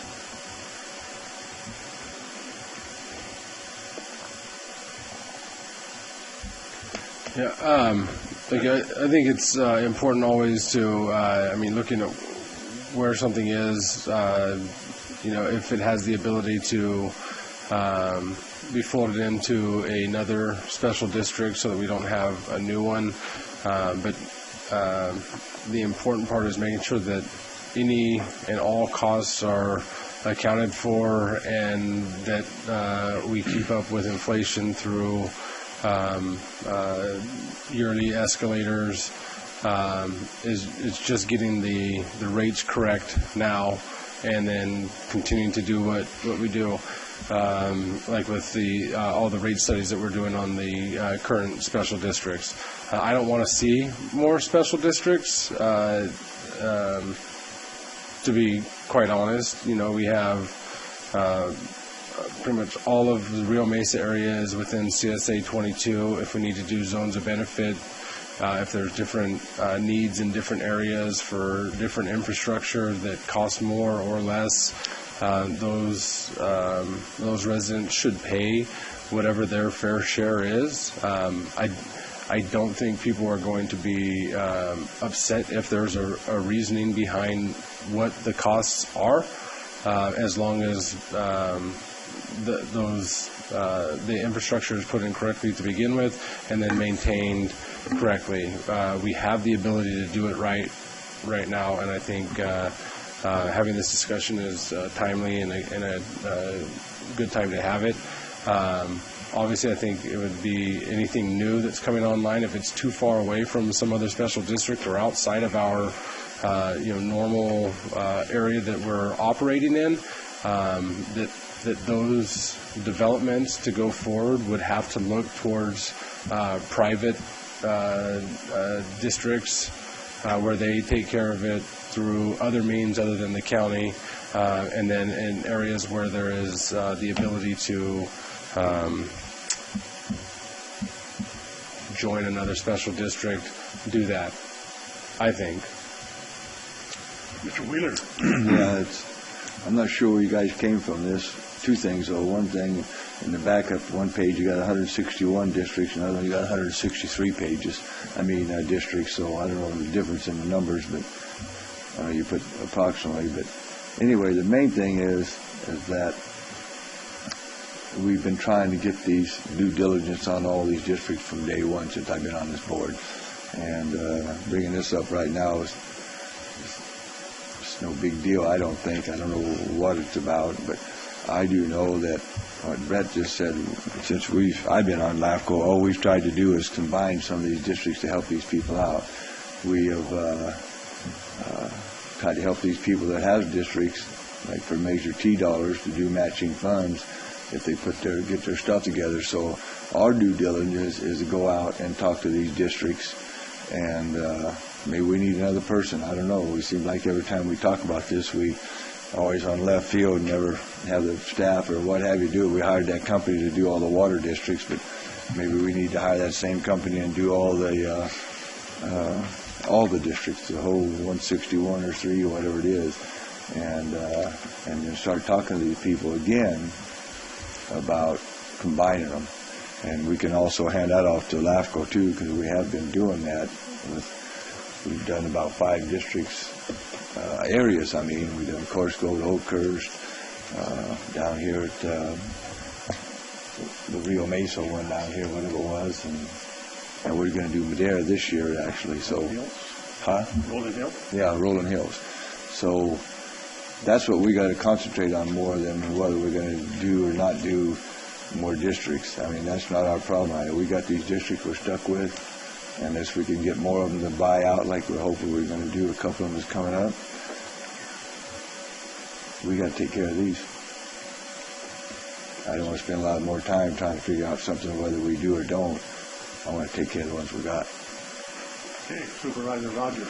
Yeah, I have one of those maintenance districts that is funded by Prop 13 dollars, tax-based dollars, MD21, is it? Yeah. And you know what? It's the most difficult thing in the world to explain to those residents that they own those roads and that there's no money coming in. It's just impossible to explain to them. Not only that, when we just recently did some work out there in the district. We continue to do. By the way, I'm going to blow our horn a little bit here. In the last 7 years I've been in office, we've paved 1/4 of the roads in that district. Of 60 miles, we've paved 15 miles of roads, more than any in history of that district. And we did it all matching with Measure T and with their money. So I'm really proud of that record. We stretched the dollar as far as we could stretch it for that district. But the fact remains is that there is a disconnect between public knowledge of what a district, a maintenance district is, and what regular county roads are. They just don't get that. They don't understand it. And somehow we've got to continue to blast the information out there, educate. I put it on Facebook all the time, trying to. We just took some pictures of work we were doing in MD21, posted it online, and the residents of the area were commenting how happy they were to see that going on. But then you had some people outside the area, well, they get roads and we don't, and we pay the same taxes. And I had to tell them, no, you don't pay the same taxes. They're paying an extra fee for their roads. So there's just a disconnect in the information out there, and I don't know how we cure that other than just to continue to educate the public. Supervisor, we continue. Like I said, no matter how much public outreach you do, you can still do more, and it's never enough. So, but I do know that now with our postings in our social media and our web pages, we're really reaching out to people, and we're getting very good comments and people basically understanding the whole funding situation Yeah. of roads. Yeah, I've been partnering with you on this this thing where I threw a pretty good explanation out there with your help and the help of your staff one evening, and people are thanking me for and I'm putting it in my newsletter because they understand a little bit more why the roads aren't being done, and to their liking and what have you. Another thing I really like that we're trying to do in MD21 is a zone of benefit, where we can't get an entire district to vote to do all of their roads or to put money in because of the varying economic strata in the community. There's some that can afford it, some that can't. So we're looking at zone of benefit where the ones that can afford to pay for it. So we have good road, bad road, good road, bump, go to the next one, go to the bump. And we're just trying to do what we can with the dollars we have, whether it's in the good zone or bad zone, whatever, or the richer area or the poor area. We don't distinguish based on that. But the zone of benefit will allow us to at least pass a little bit more effort in those areas on the dollar, and they would be contributing to that through their taxes. Thank you, Mr. Chairman. I think that we've seen over time, and it's been mentioned by my colleagues, that these special districts have just been a mess. And, we're looking at, as everybody knows, we're looking to consolidate and, maybe privatize some. I would say, I'd recommend, as far as our policy in the future moving forward, would be to look at privatization, or if somebody wants to form a new district, form a private district. Just charge your homeowners, have your separate private board of directors, and then it's your issue, your problem. County government and city government, there's a lot of pressure anymore on budgets, and even though, we make assessments and collect money, it still takes a lot of time and effort and angst and attention, even though we get reimbursed for that. So I say that would really be a good direction, just to encourage and maybe show people models where there have been successful private associations that have dealt with those things. And then the second thing, as far as direction for, I like your idea in terms of evaluating existing road districts and setting a fair assessment to improve those roads. So that would be I would encourage that. Thank you. Thank you, Mr. Chairman. I guess what we could continue to do is handle each on a case-by-case basis, review it with some of the input your board's given today. And I think maybe one of the reasons we brought this forward is just so if your board wanted to adopt a policy so that we could, in a sense, take the heat and tell people as they came forward, no, the board's adopted a policy where they're not going to take on any more special districts, we would be in a position to do that. But if your board would prefer to just continue to look at these as they come forward, we could certainly go either way. And definitely, Eric, if I may, if that's the directive, we will have to be assessing them properly, so we will not be cutting ourselves short. And also, I'd like to plug in the idea of a public-private partnership as well. I mean, if there is a district that is within, or if there is a road within our maintained mileage, and yet the residents would like to, or the property owners would like to put in some of their money, we could work something out. So all these options are there. In the last year or so. Sorry. We've done 3 or 4 of those in the last 3 or 4 years in my year. district. I know we've done them. So. And this year as well. Yeah. We've been doing that. So. Yeah. So we at Public Works have no problem taking donations. Supervisor Wheeler, what have been the results of those consolidations? Well, the consolidations, none. This is what you said that 4 of them? Yeah, they were like Mud Ranch Road. Those people got together, formed a group, met with our staff, and they got matching dollars to pay the roads. Have they worked out? Yeah, they worked out great. We've done, I know, 3 or 4 of them already this year and a half. I'm glad it worked for them, but Mud Ranch Road sounds like it should have bad roads. Right? That's a guy's name. It's not mud. Take it up to the public comments. Come on up. He's going to buy them all up. We're just going to sell them to you.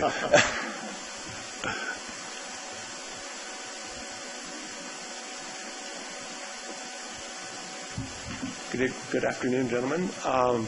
My name's Dennis Burns. I live on Nelder Heights Road, which is off of Road 222, Bass Lake Road. And we've been talking to staff for some time now. And I can make some of your theoretical discussion here somewhat more concrete. Could you get closer to the mic, please? Sure. Yeah, better. Is that better? Yes. On Nelder Heights Road, we have 17 residents. About two-thirds of the road, which is roughly a mile long, about two-thirds of it is unpaved. It's dirt, gravel. One-third of it is paved, but to be honest with you, the paved part is worse on my car than the dirt part. I think it was paved maybe 20 years ago, and it's never been maintained since. It's not a county-maintained road. We have talked to all 17 residents. I'm a little disappointed it wasn't in your packet, but you have 9 signed letters from the 17 people who are very interested in forming a special district. To this date, the entire maintenance of the road has been done by one retired gentleman who lives on the road and has a little tractor with a blade on it, and he goes out and scrapes it himself. Right. Every once in a while he gets a couple of truckloads of gravel, and everybody kicks in $50 or $100, and he spreads it around. This last winter, a crack went across the road. It was about 6 inches wide, and in some places it was more than 5 feet deep. Some of us at the top are a little concerned about whether or not we'll ever be able to get to our houses if we have heavy winters again. A second concern was really brought to the fore this last summer when there was a house fire in Buckeye area at the bottom of the hill, relatively close to Highway 41 and intersection with 222. That fire was very close to getting out of control and burning through that subdivision up the hill to where Nelder Heights is. They brought 3 fire engines and a bulldozer up Nelder Heights to be ready in case the fire came up. They had a great deal of trouble getting up our road, which obviously raises a concern. Roughly two-thirds of the people on the road are retired.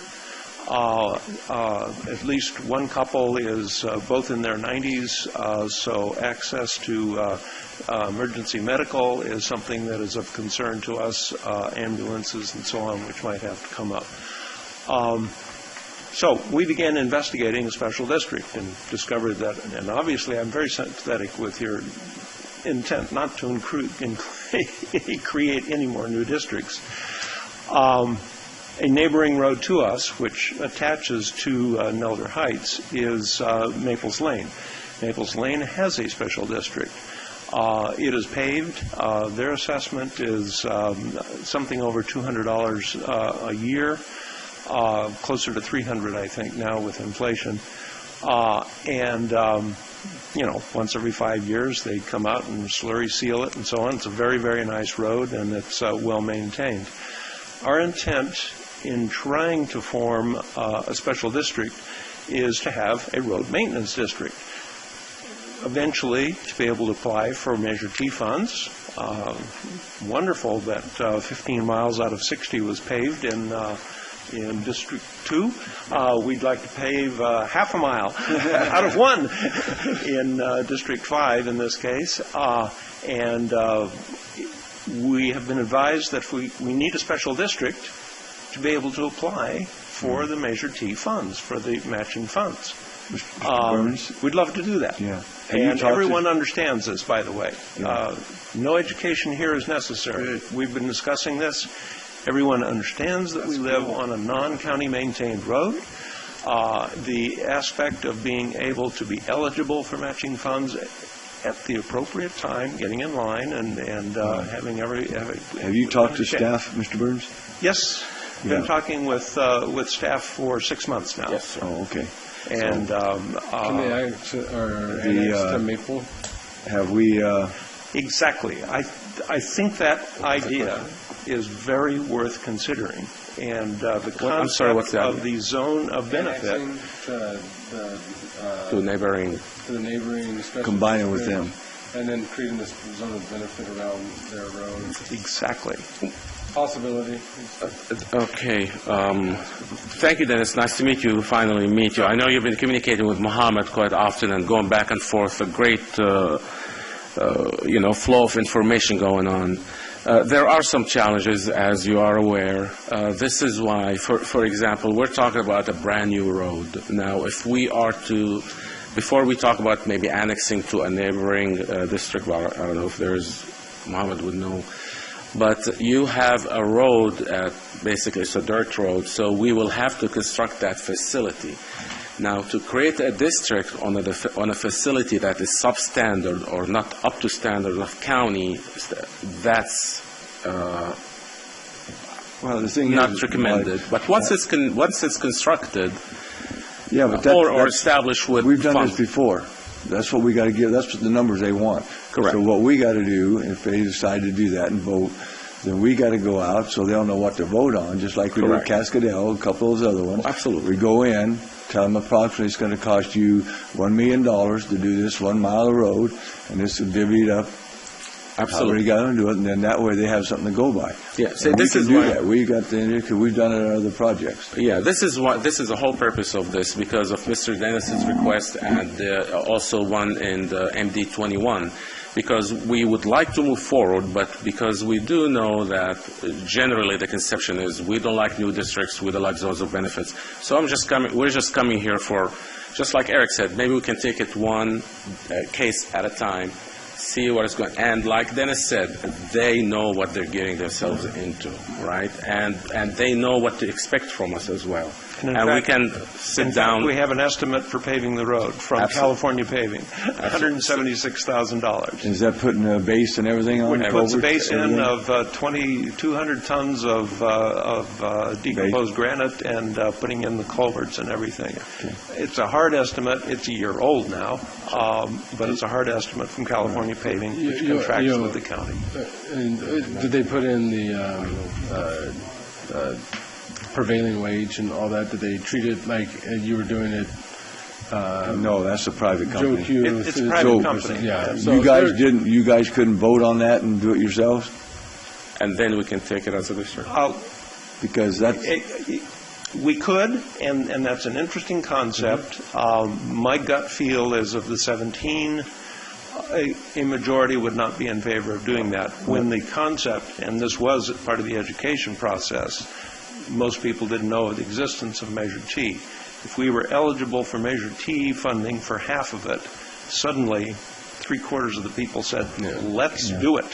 Well, what we did, I developed 1,700 acres there with my boss in O'Neill's, and I checked with the county whether I wanted to be a special district or not, and I didn't want to mess with their hassles and all the stuff we're having right now. So we formed our own homeowners association. There's 32 lots. They meet once a year, annual meeting. They adjust what they have to do to pay their annual fees, just like they were talking about, and it worked fine. Maybe that might be what you guys are going to have to do to just form your own homeowners association. It's not that hard, and you don't have to have no regulations from these guys or from us, and you guys do it. And if say it's $175,000, and you guys want to get it done in 2 years, 3 years, whatever, then you can do it that way. You start assessing you guys that much money, you know what's going to cost you, and do it. I mean, that's your quickest and easiest way. You still got to go through the state to get it done through the Department of Real Estate, but you're still probably better off than trying to do this, because it just don't happen overnight to do a special district to the county. Chairman, I would just say that we're getting a little more specific than what's on the agenda. Just a comment. Yeah, that's probably true. Thank you. The key question is, in a private organization, is there still eligibility for Measure T? No. And also, Mr. Dennis, I don't know, we need to clarify this. Like I said, to apply Measure T monies to establish a facility, that needs to be looked at. But once you have an up-to-standard facility that we take on, then we can use these monies you can't use them to match for maintenance and operations, not to build a new road. Right. But we can discuss this further with you. And that up there is 8 miles of road too, so it's not very cheap, but Thank you. Thank you. Thanks for being patient all day. Let's bring it back. Okay, close the public We got a comment. royal show today. So the public comments closed? No, we closed it. Okay, good. One of the things you had said was that, we don't like special districts, we don't like zones of benefit, and that's true in that it creates a lot of heartburn, and it's kind of the bane of some of our existence that has to deal with them on a regular basis. My problem with them is not necessarily that they should just all go away, it's that the way that they were set up to begin with was terrible. So we took over infrastructure that was built poorly with an inadequate funding stream. And then we never kept up with the inflation because it was politically not popular. So it's easier to just not go the 218 route, even though a 218 is not that hard to pass. We passed quite a few of them, right? It's just a protest hearing that allows people to just to get everything in line to get it done. Right, and so it's not that hard to do. We make it this huge thing, and it's hard because it's not popular, right? To raise somebody's rates.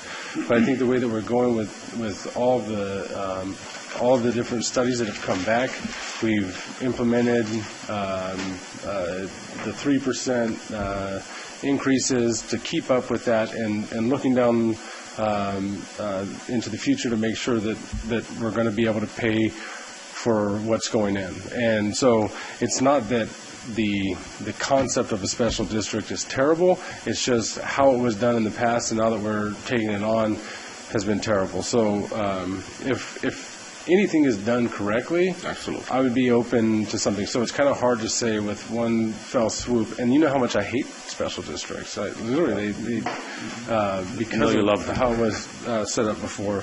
But if things are set up correctly, then I don't have a problem with it. This is why we're here. At some places, people aren't going to be able to go into some of our disadvantaged communities.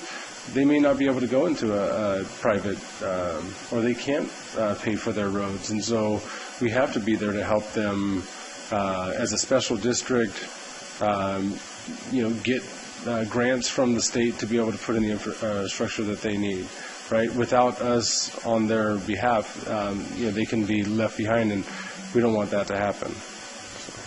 You're absolutely right, and we are, as you know, on a path to correct all these wrongs. So with the assessments and the rate increases, but again, the road districts are a completely different animal, and that's part of that presentation. Like Mr. Dennis requesting that new district, that's fine. We can talk, but there are better options, like Supervisor Wheeler just mentioned, that we would like to. I move that we just move forward to what we're doing and just make sure we really scrutinize whatever kind of things that might come forward with us. I'll second that if we could add, when close, annexation and consolidation is always preferred. Always preferred. Yep. Absolutely. Was there something in there also about road maintenance? Basically the assessment of the current road districts to see if we can reassess them to have them properly funded. That's already in place. See, this is not in your motion. But it was in the motion.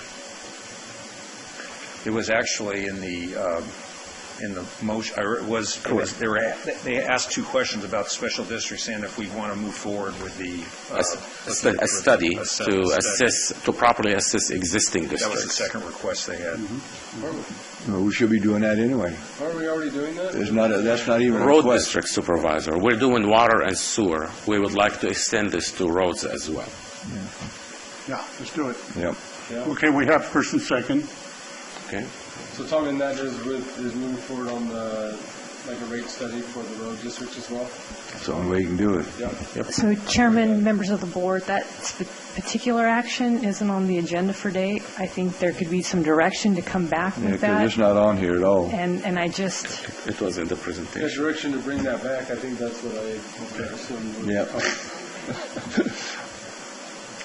Well, no, I just brought it up because it is in the presentation. Correct. Where was that? The last slide of the day.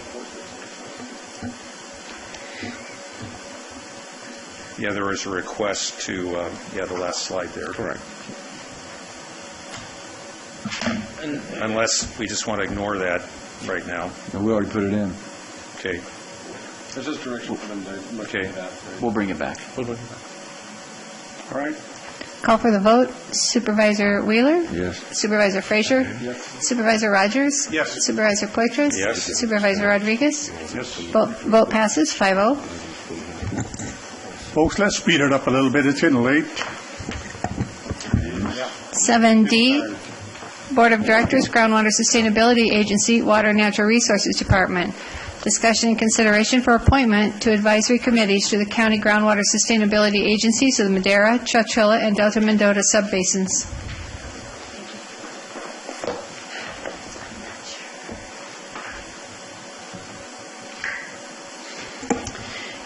Good afternoon, Chairman and members of the board. Julia Berry, Water and Natural Resources Department, and Mike Linden, Deputy County Counsel. Have a very brief presentation that reflects staff recommendation for county groundwater advisory committees. As you will remember, on October 24th, the board did approve the committee structures for 3 different groundwater advisory committees. The structure is the same for the Madera and Chowchilla subbasin committees. They're 9-member committees, and there's a 5-member committee for the Delta Mendota subbasin.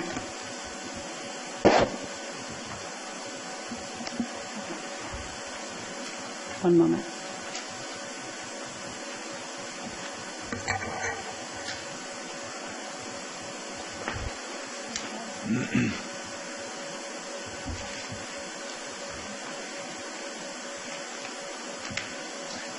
Sorry about that. We had it queued up and it disappeared.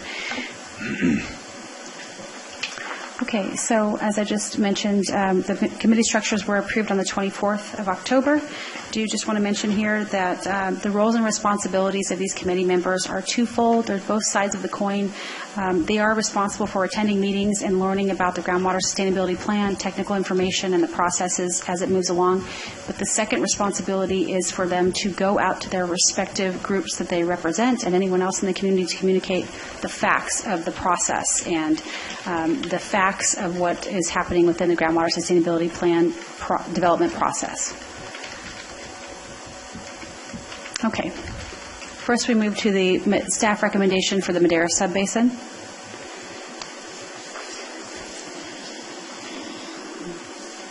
The individuals recommended for the at-large positions are Mr. James Maxwell and Devin Aviles. James Maxwell is the owner of Agriland Farming Company.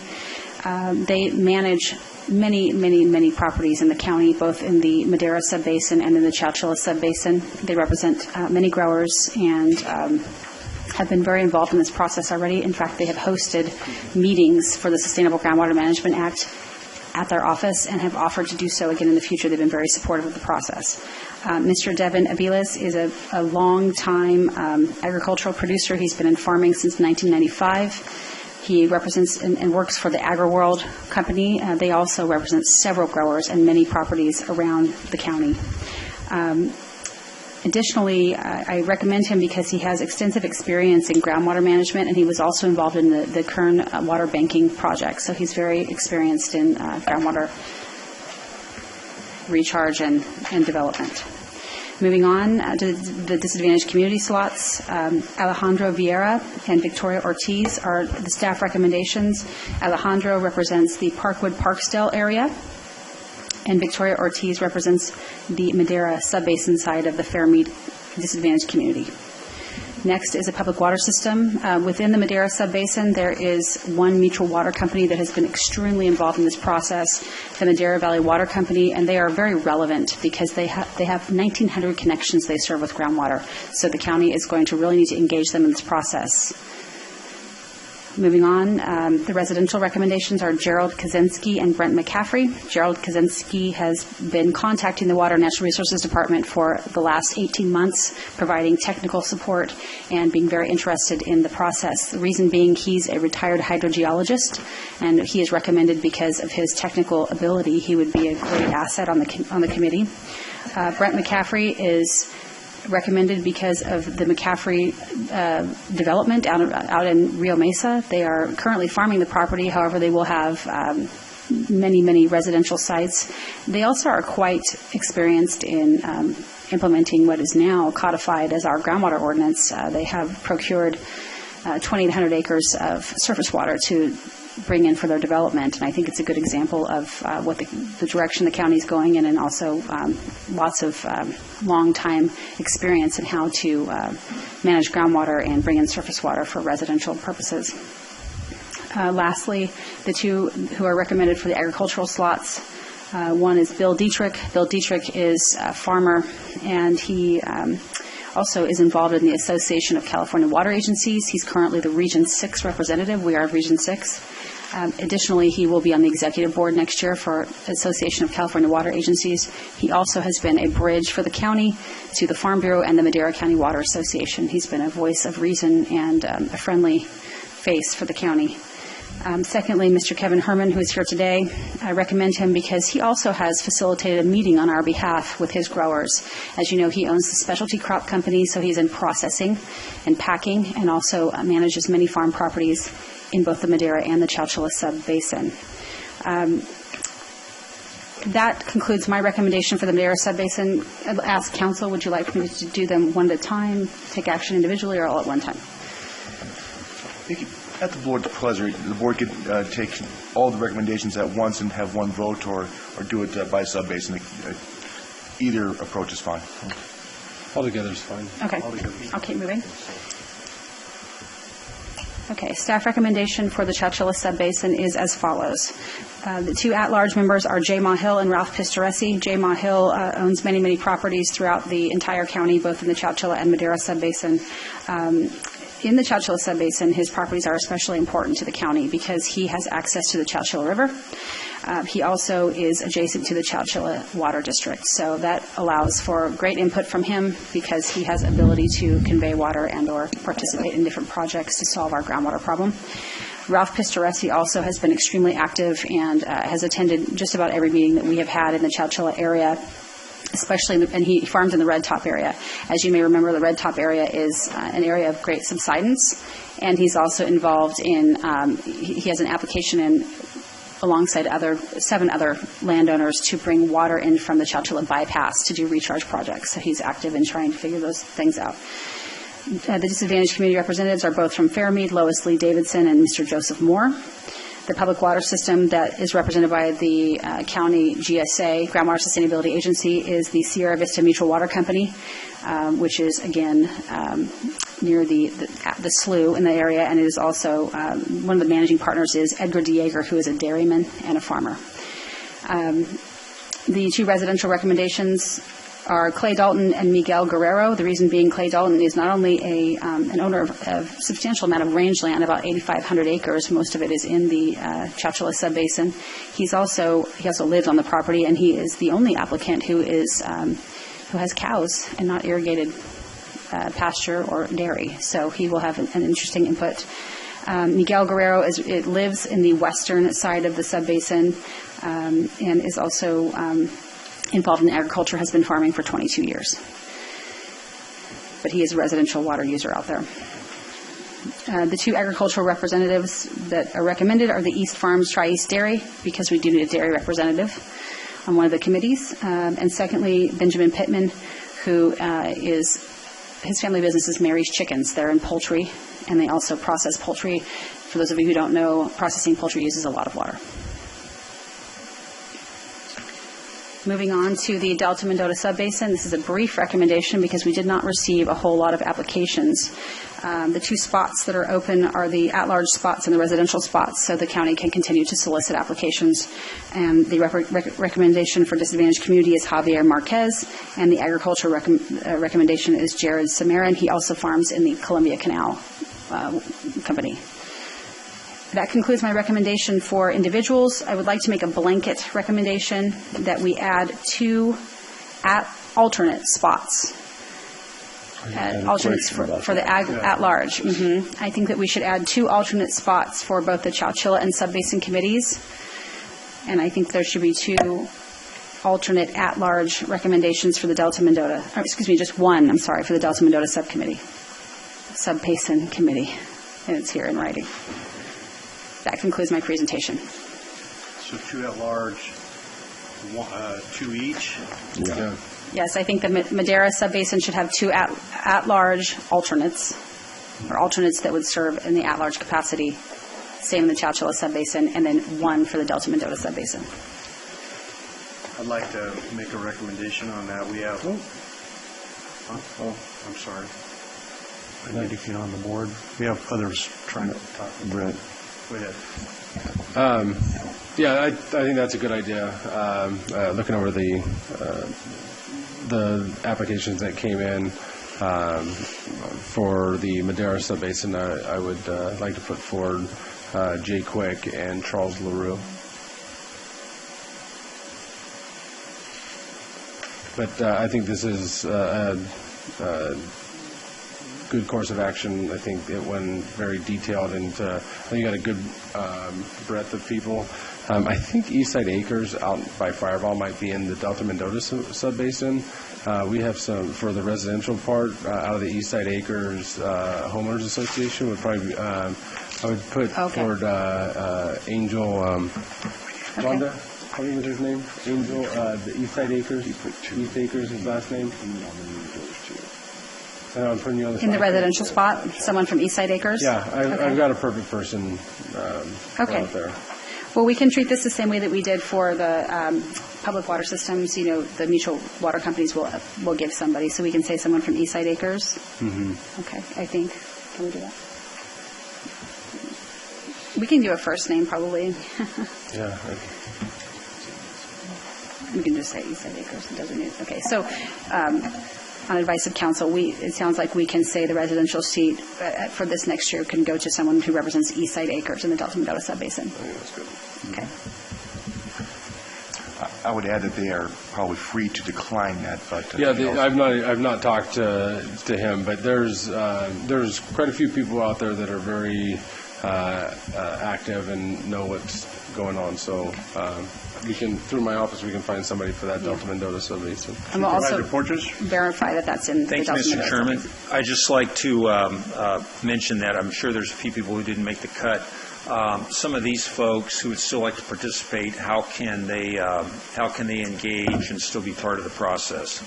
It's a great question. So that's the whole point of these advisory committees. The county is creating an opportunity, a forum where these meetings will be publicly noticed, and members of the public are welcome to attend and voice their concern. Okay. Do you want to talk about the noticing? And they had a certain amount of time to put their names in, too, right? Yeah, you want to? I would just add that if someone is not on a committee right now, as Ms. Berry mentioned, that they can certainly attend the meetings. But if someone does drop off the committee, your board would be considering replacements, and they can certainly put their hat in the ring at that point. And their information is going to be with the department. So if they stay active, they could eventually get on a committee. Very good. Thank you. I'm sorry. What was the other I'm sorry. What was the question, Supervisor Wheeler? No, I just said if they didn't get their names, you gave everybody plenty of time to get their names and advertise and all that. Yeah, so If anybody... they keep going, So under this... Even if they didn't, they could still be part of it, right? Sure, and according to... Abel Serrano. When I first got on the water committee, back before I was elected, I just started going to meetings. They finally appointed me when opening came. You guys appointed. So. Yeah, and just to clarify for those of the public that are listening, anybody who has attended meetings or has signed up through the Madera County Water .com website, we are required, according to the Sustainable Groundwater Management Act, to keep a list of those individuals. And so we sent a series of emails. There was a first email on August 16th and a second email on the 17th with some clarifying language with the same application. So, you know what, Kevin's here, so we ought to put him in here in the mix.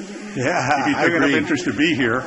Well, he's on the if we approve the Madera roster, he's on that. But I'd also like to put him on. Would you mind being an alternate on the Chowchilla deal as well? Appointed to this one. Okay, that'd be great. He's the only person I was on the fence about. Yeah, so I'd like to suggest Kevin Herman as an alternate. I'll let them finish talking there. sorry. Okay.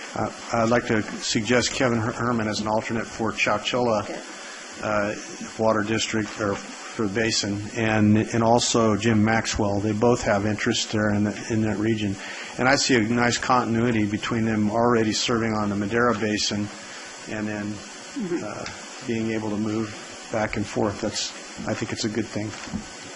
Thank you very much. That's what we were discussing, so thank you. Plus, there are two guys I really rely on anyway for information. So. I move we approve the ones that we just done. Second. Okay. Chairman, in addition to the recommendations on the advisory committees in the staff report. We'll take it out to the public. Bring it back for action. Okay. I'm sorry, who made the second? I did. Oh, Dave?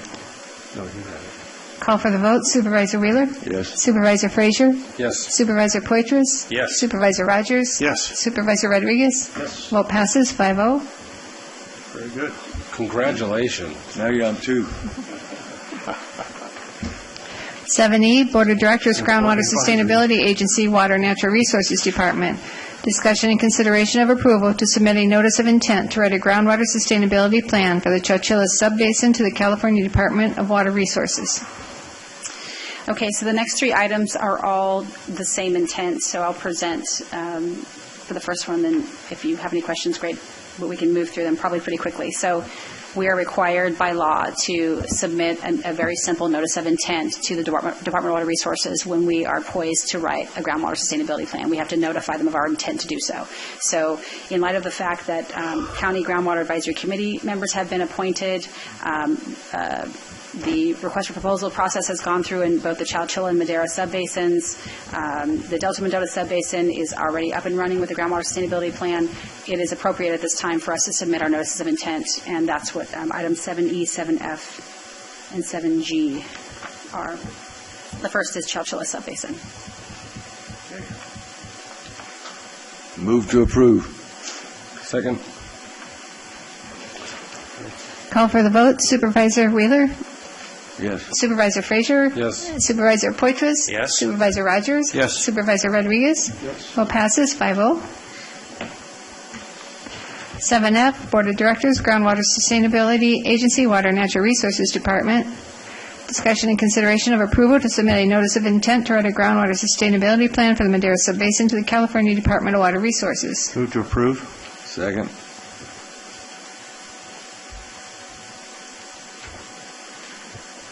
Any comment from the public? Yeah, I'll call you back. I'm in a meeting. Thanks, Bud. Bring it back to action. Call for the vote. Supervisor Frazier? I'm shocked. Me too. I'm not, what the heck? Yes. Supervisor Wheeler? Ain't that important? Yes. Supervisor Poitras? Yes. Supervisor Rogers? Yes. Supervisor Rodriguez? Yes. Vote passes 5-0. 7G, Board of Directors, Groundwater Sustainability Agency, Water and Natural Resources. Discussion and consideration of approval to submit a notice of intent to write a groundwater sustainability plan for the Delta Mendota subbasin to the California Department of Water Resources. Second.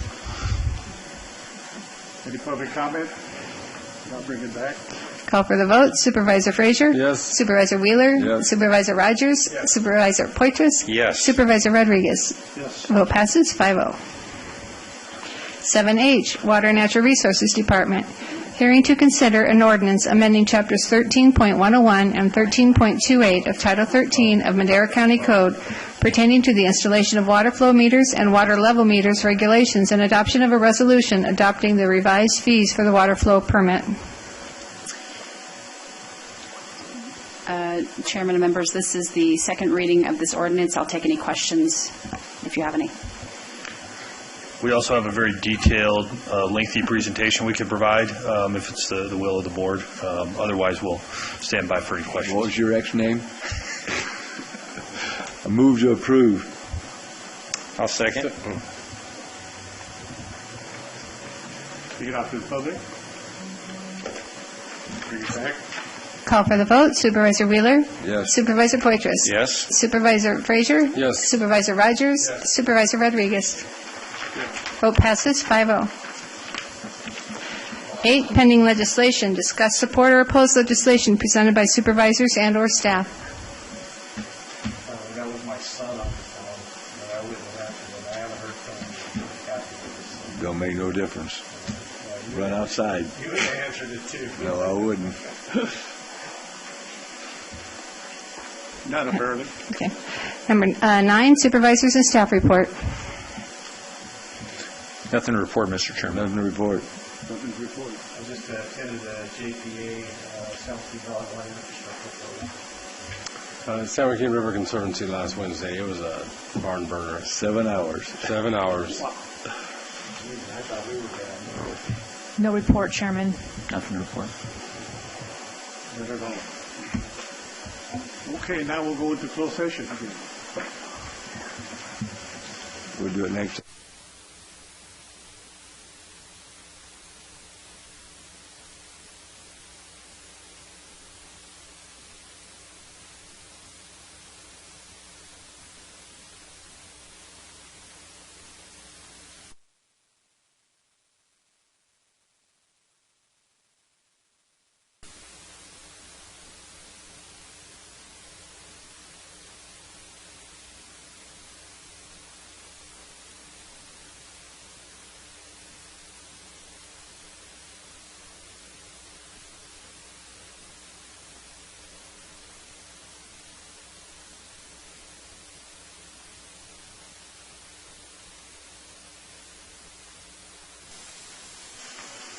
There were no reportable actions. However, I will make a statement for the record that item 2A, labor negotiations, was not discussed during closed session.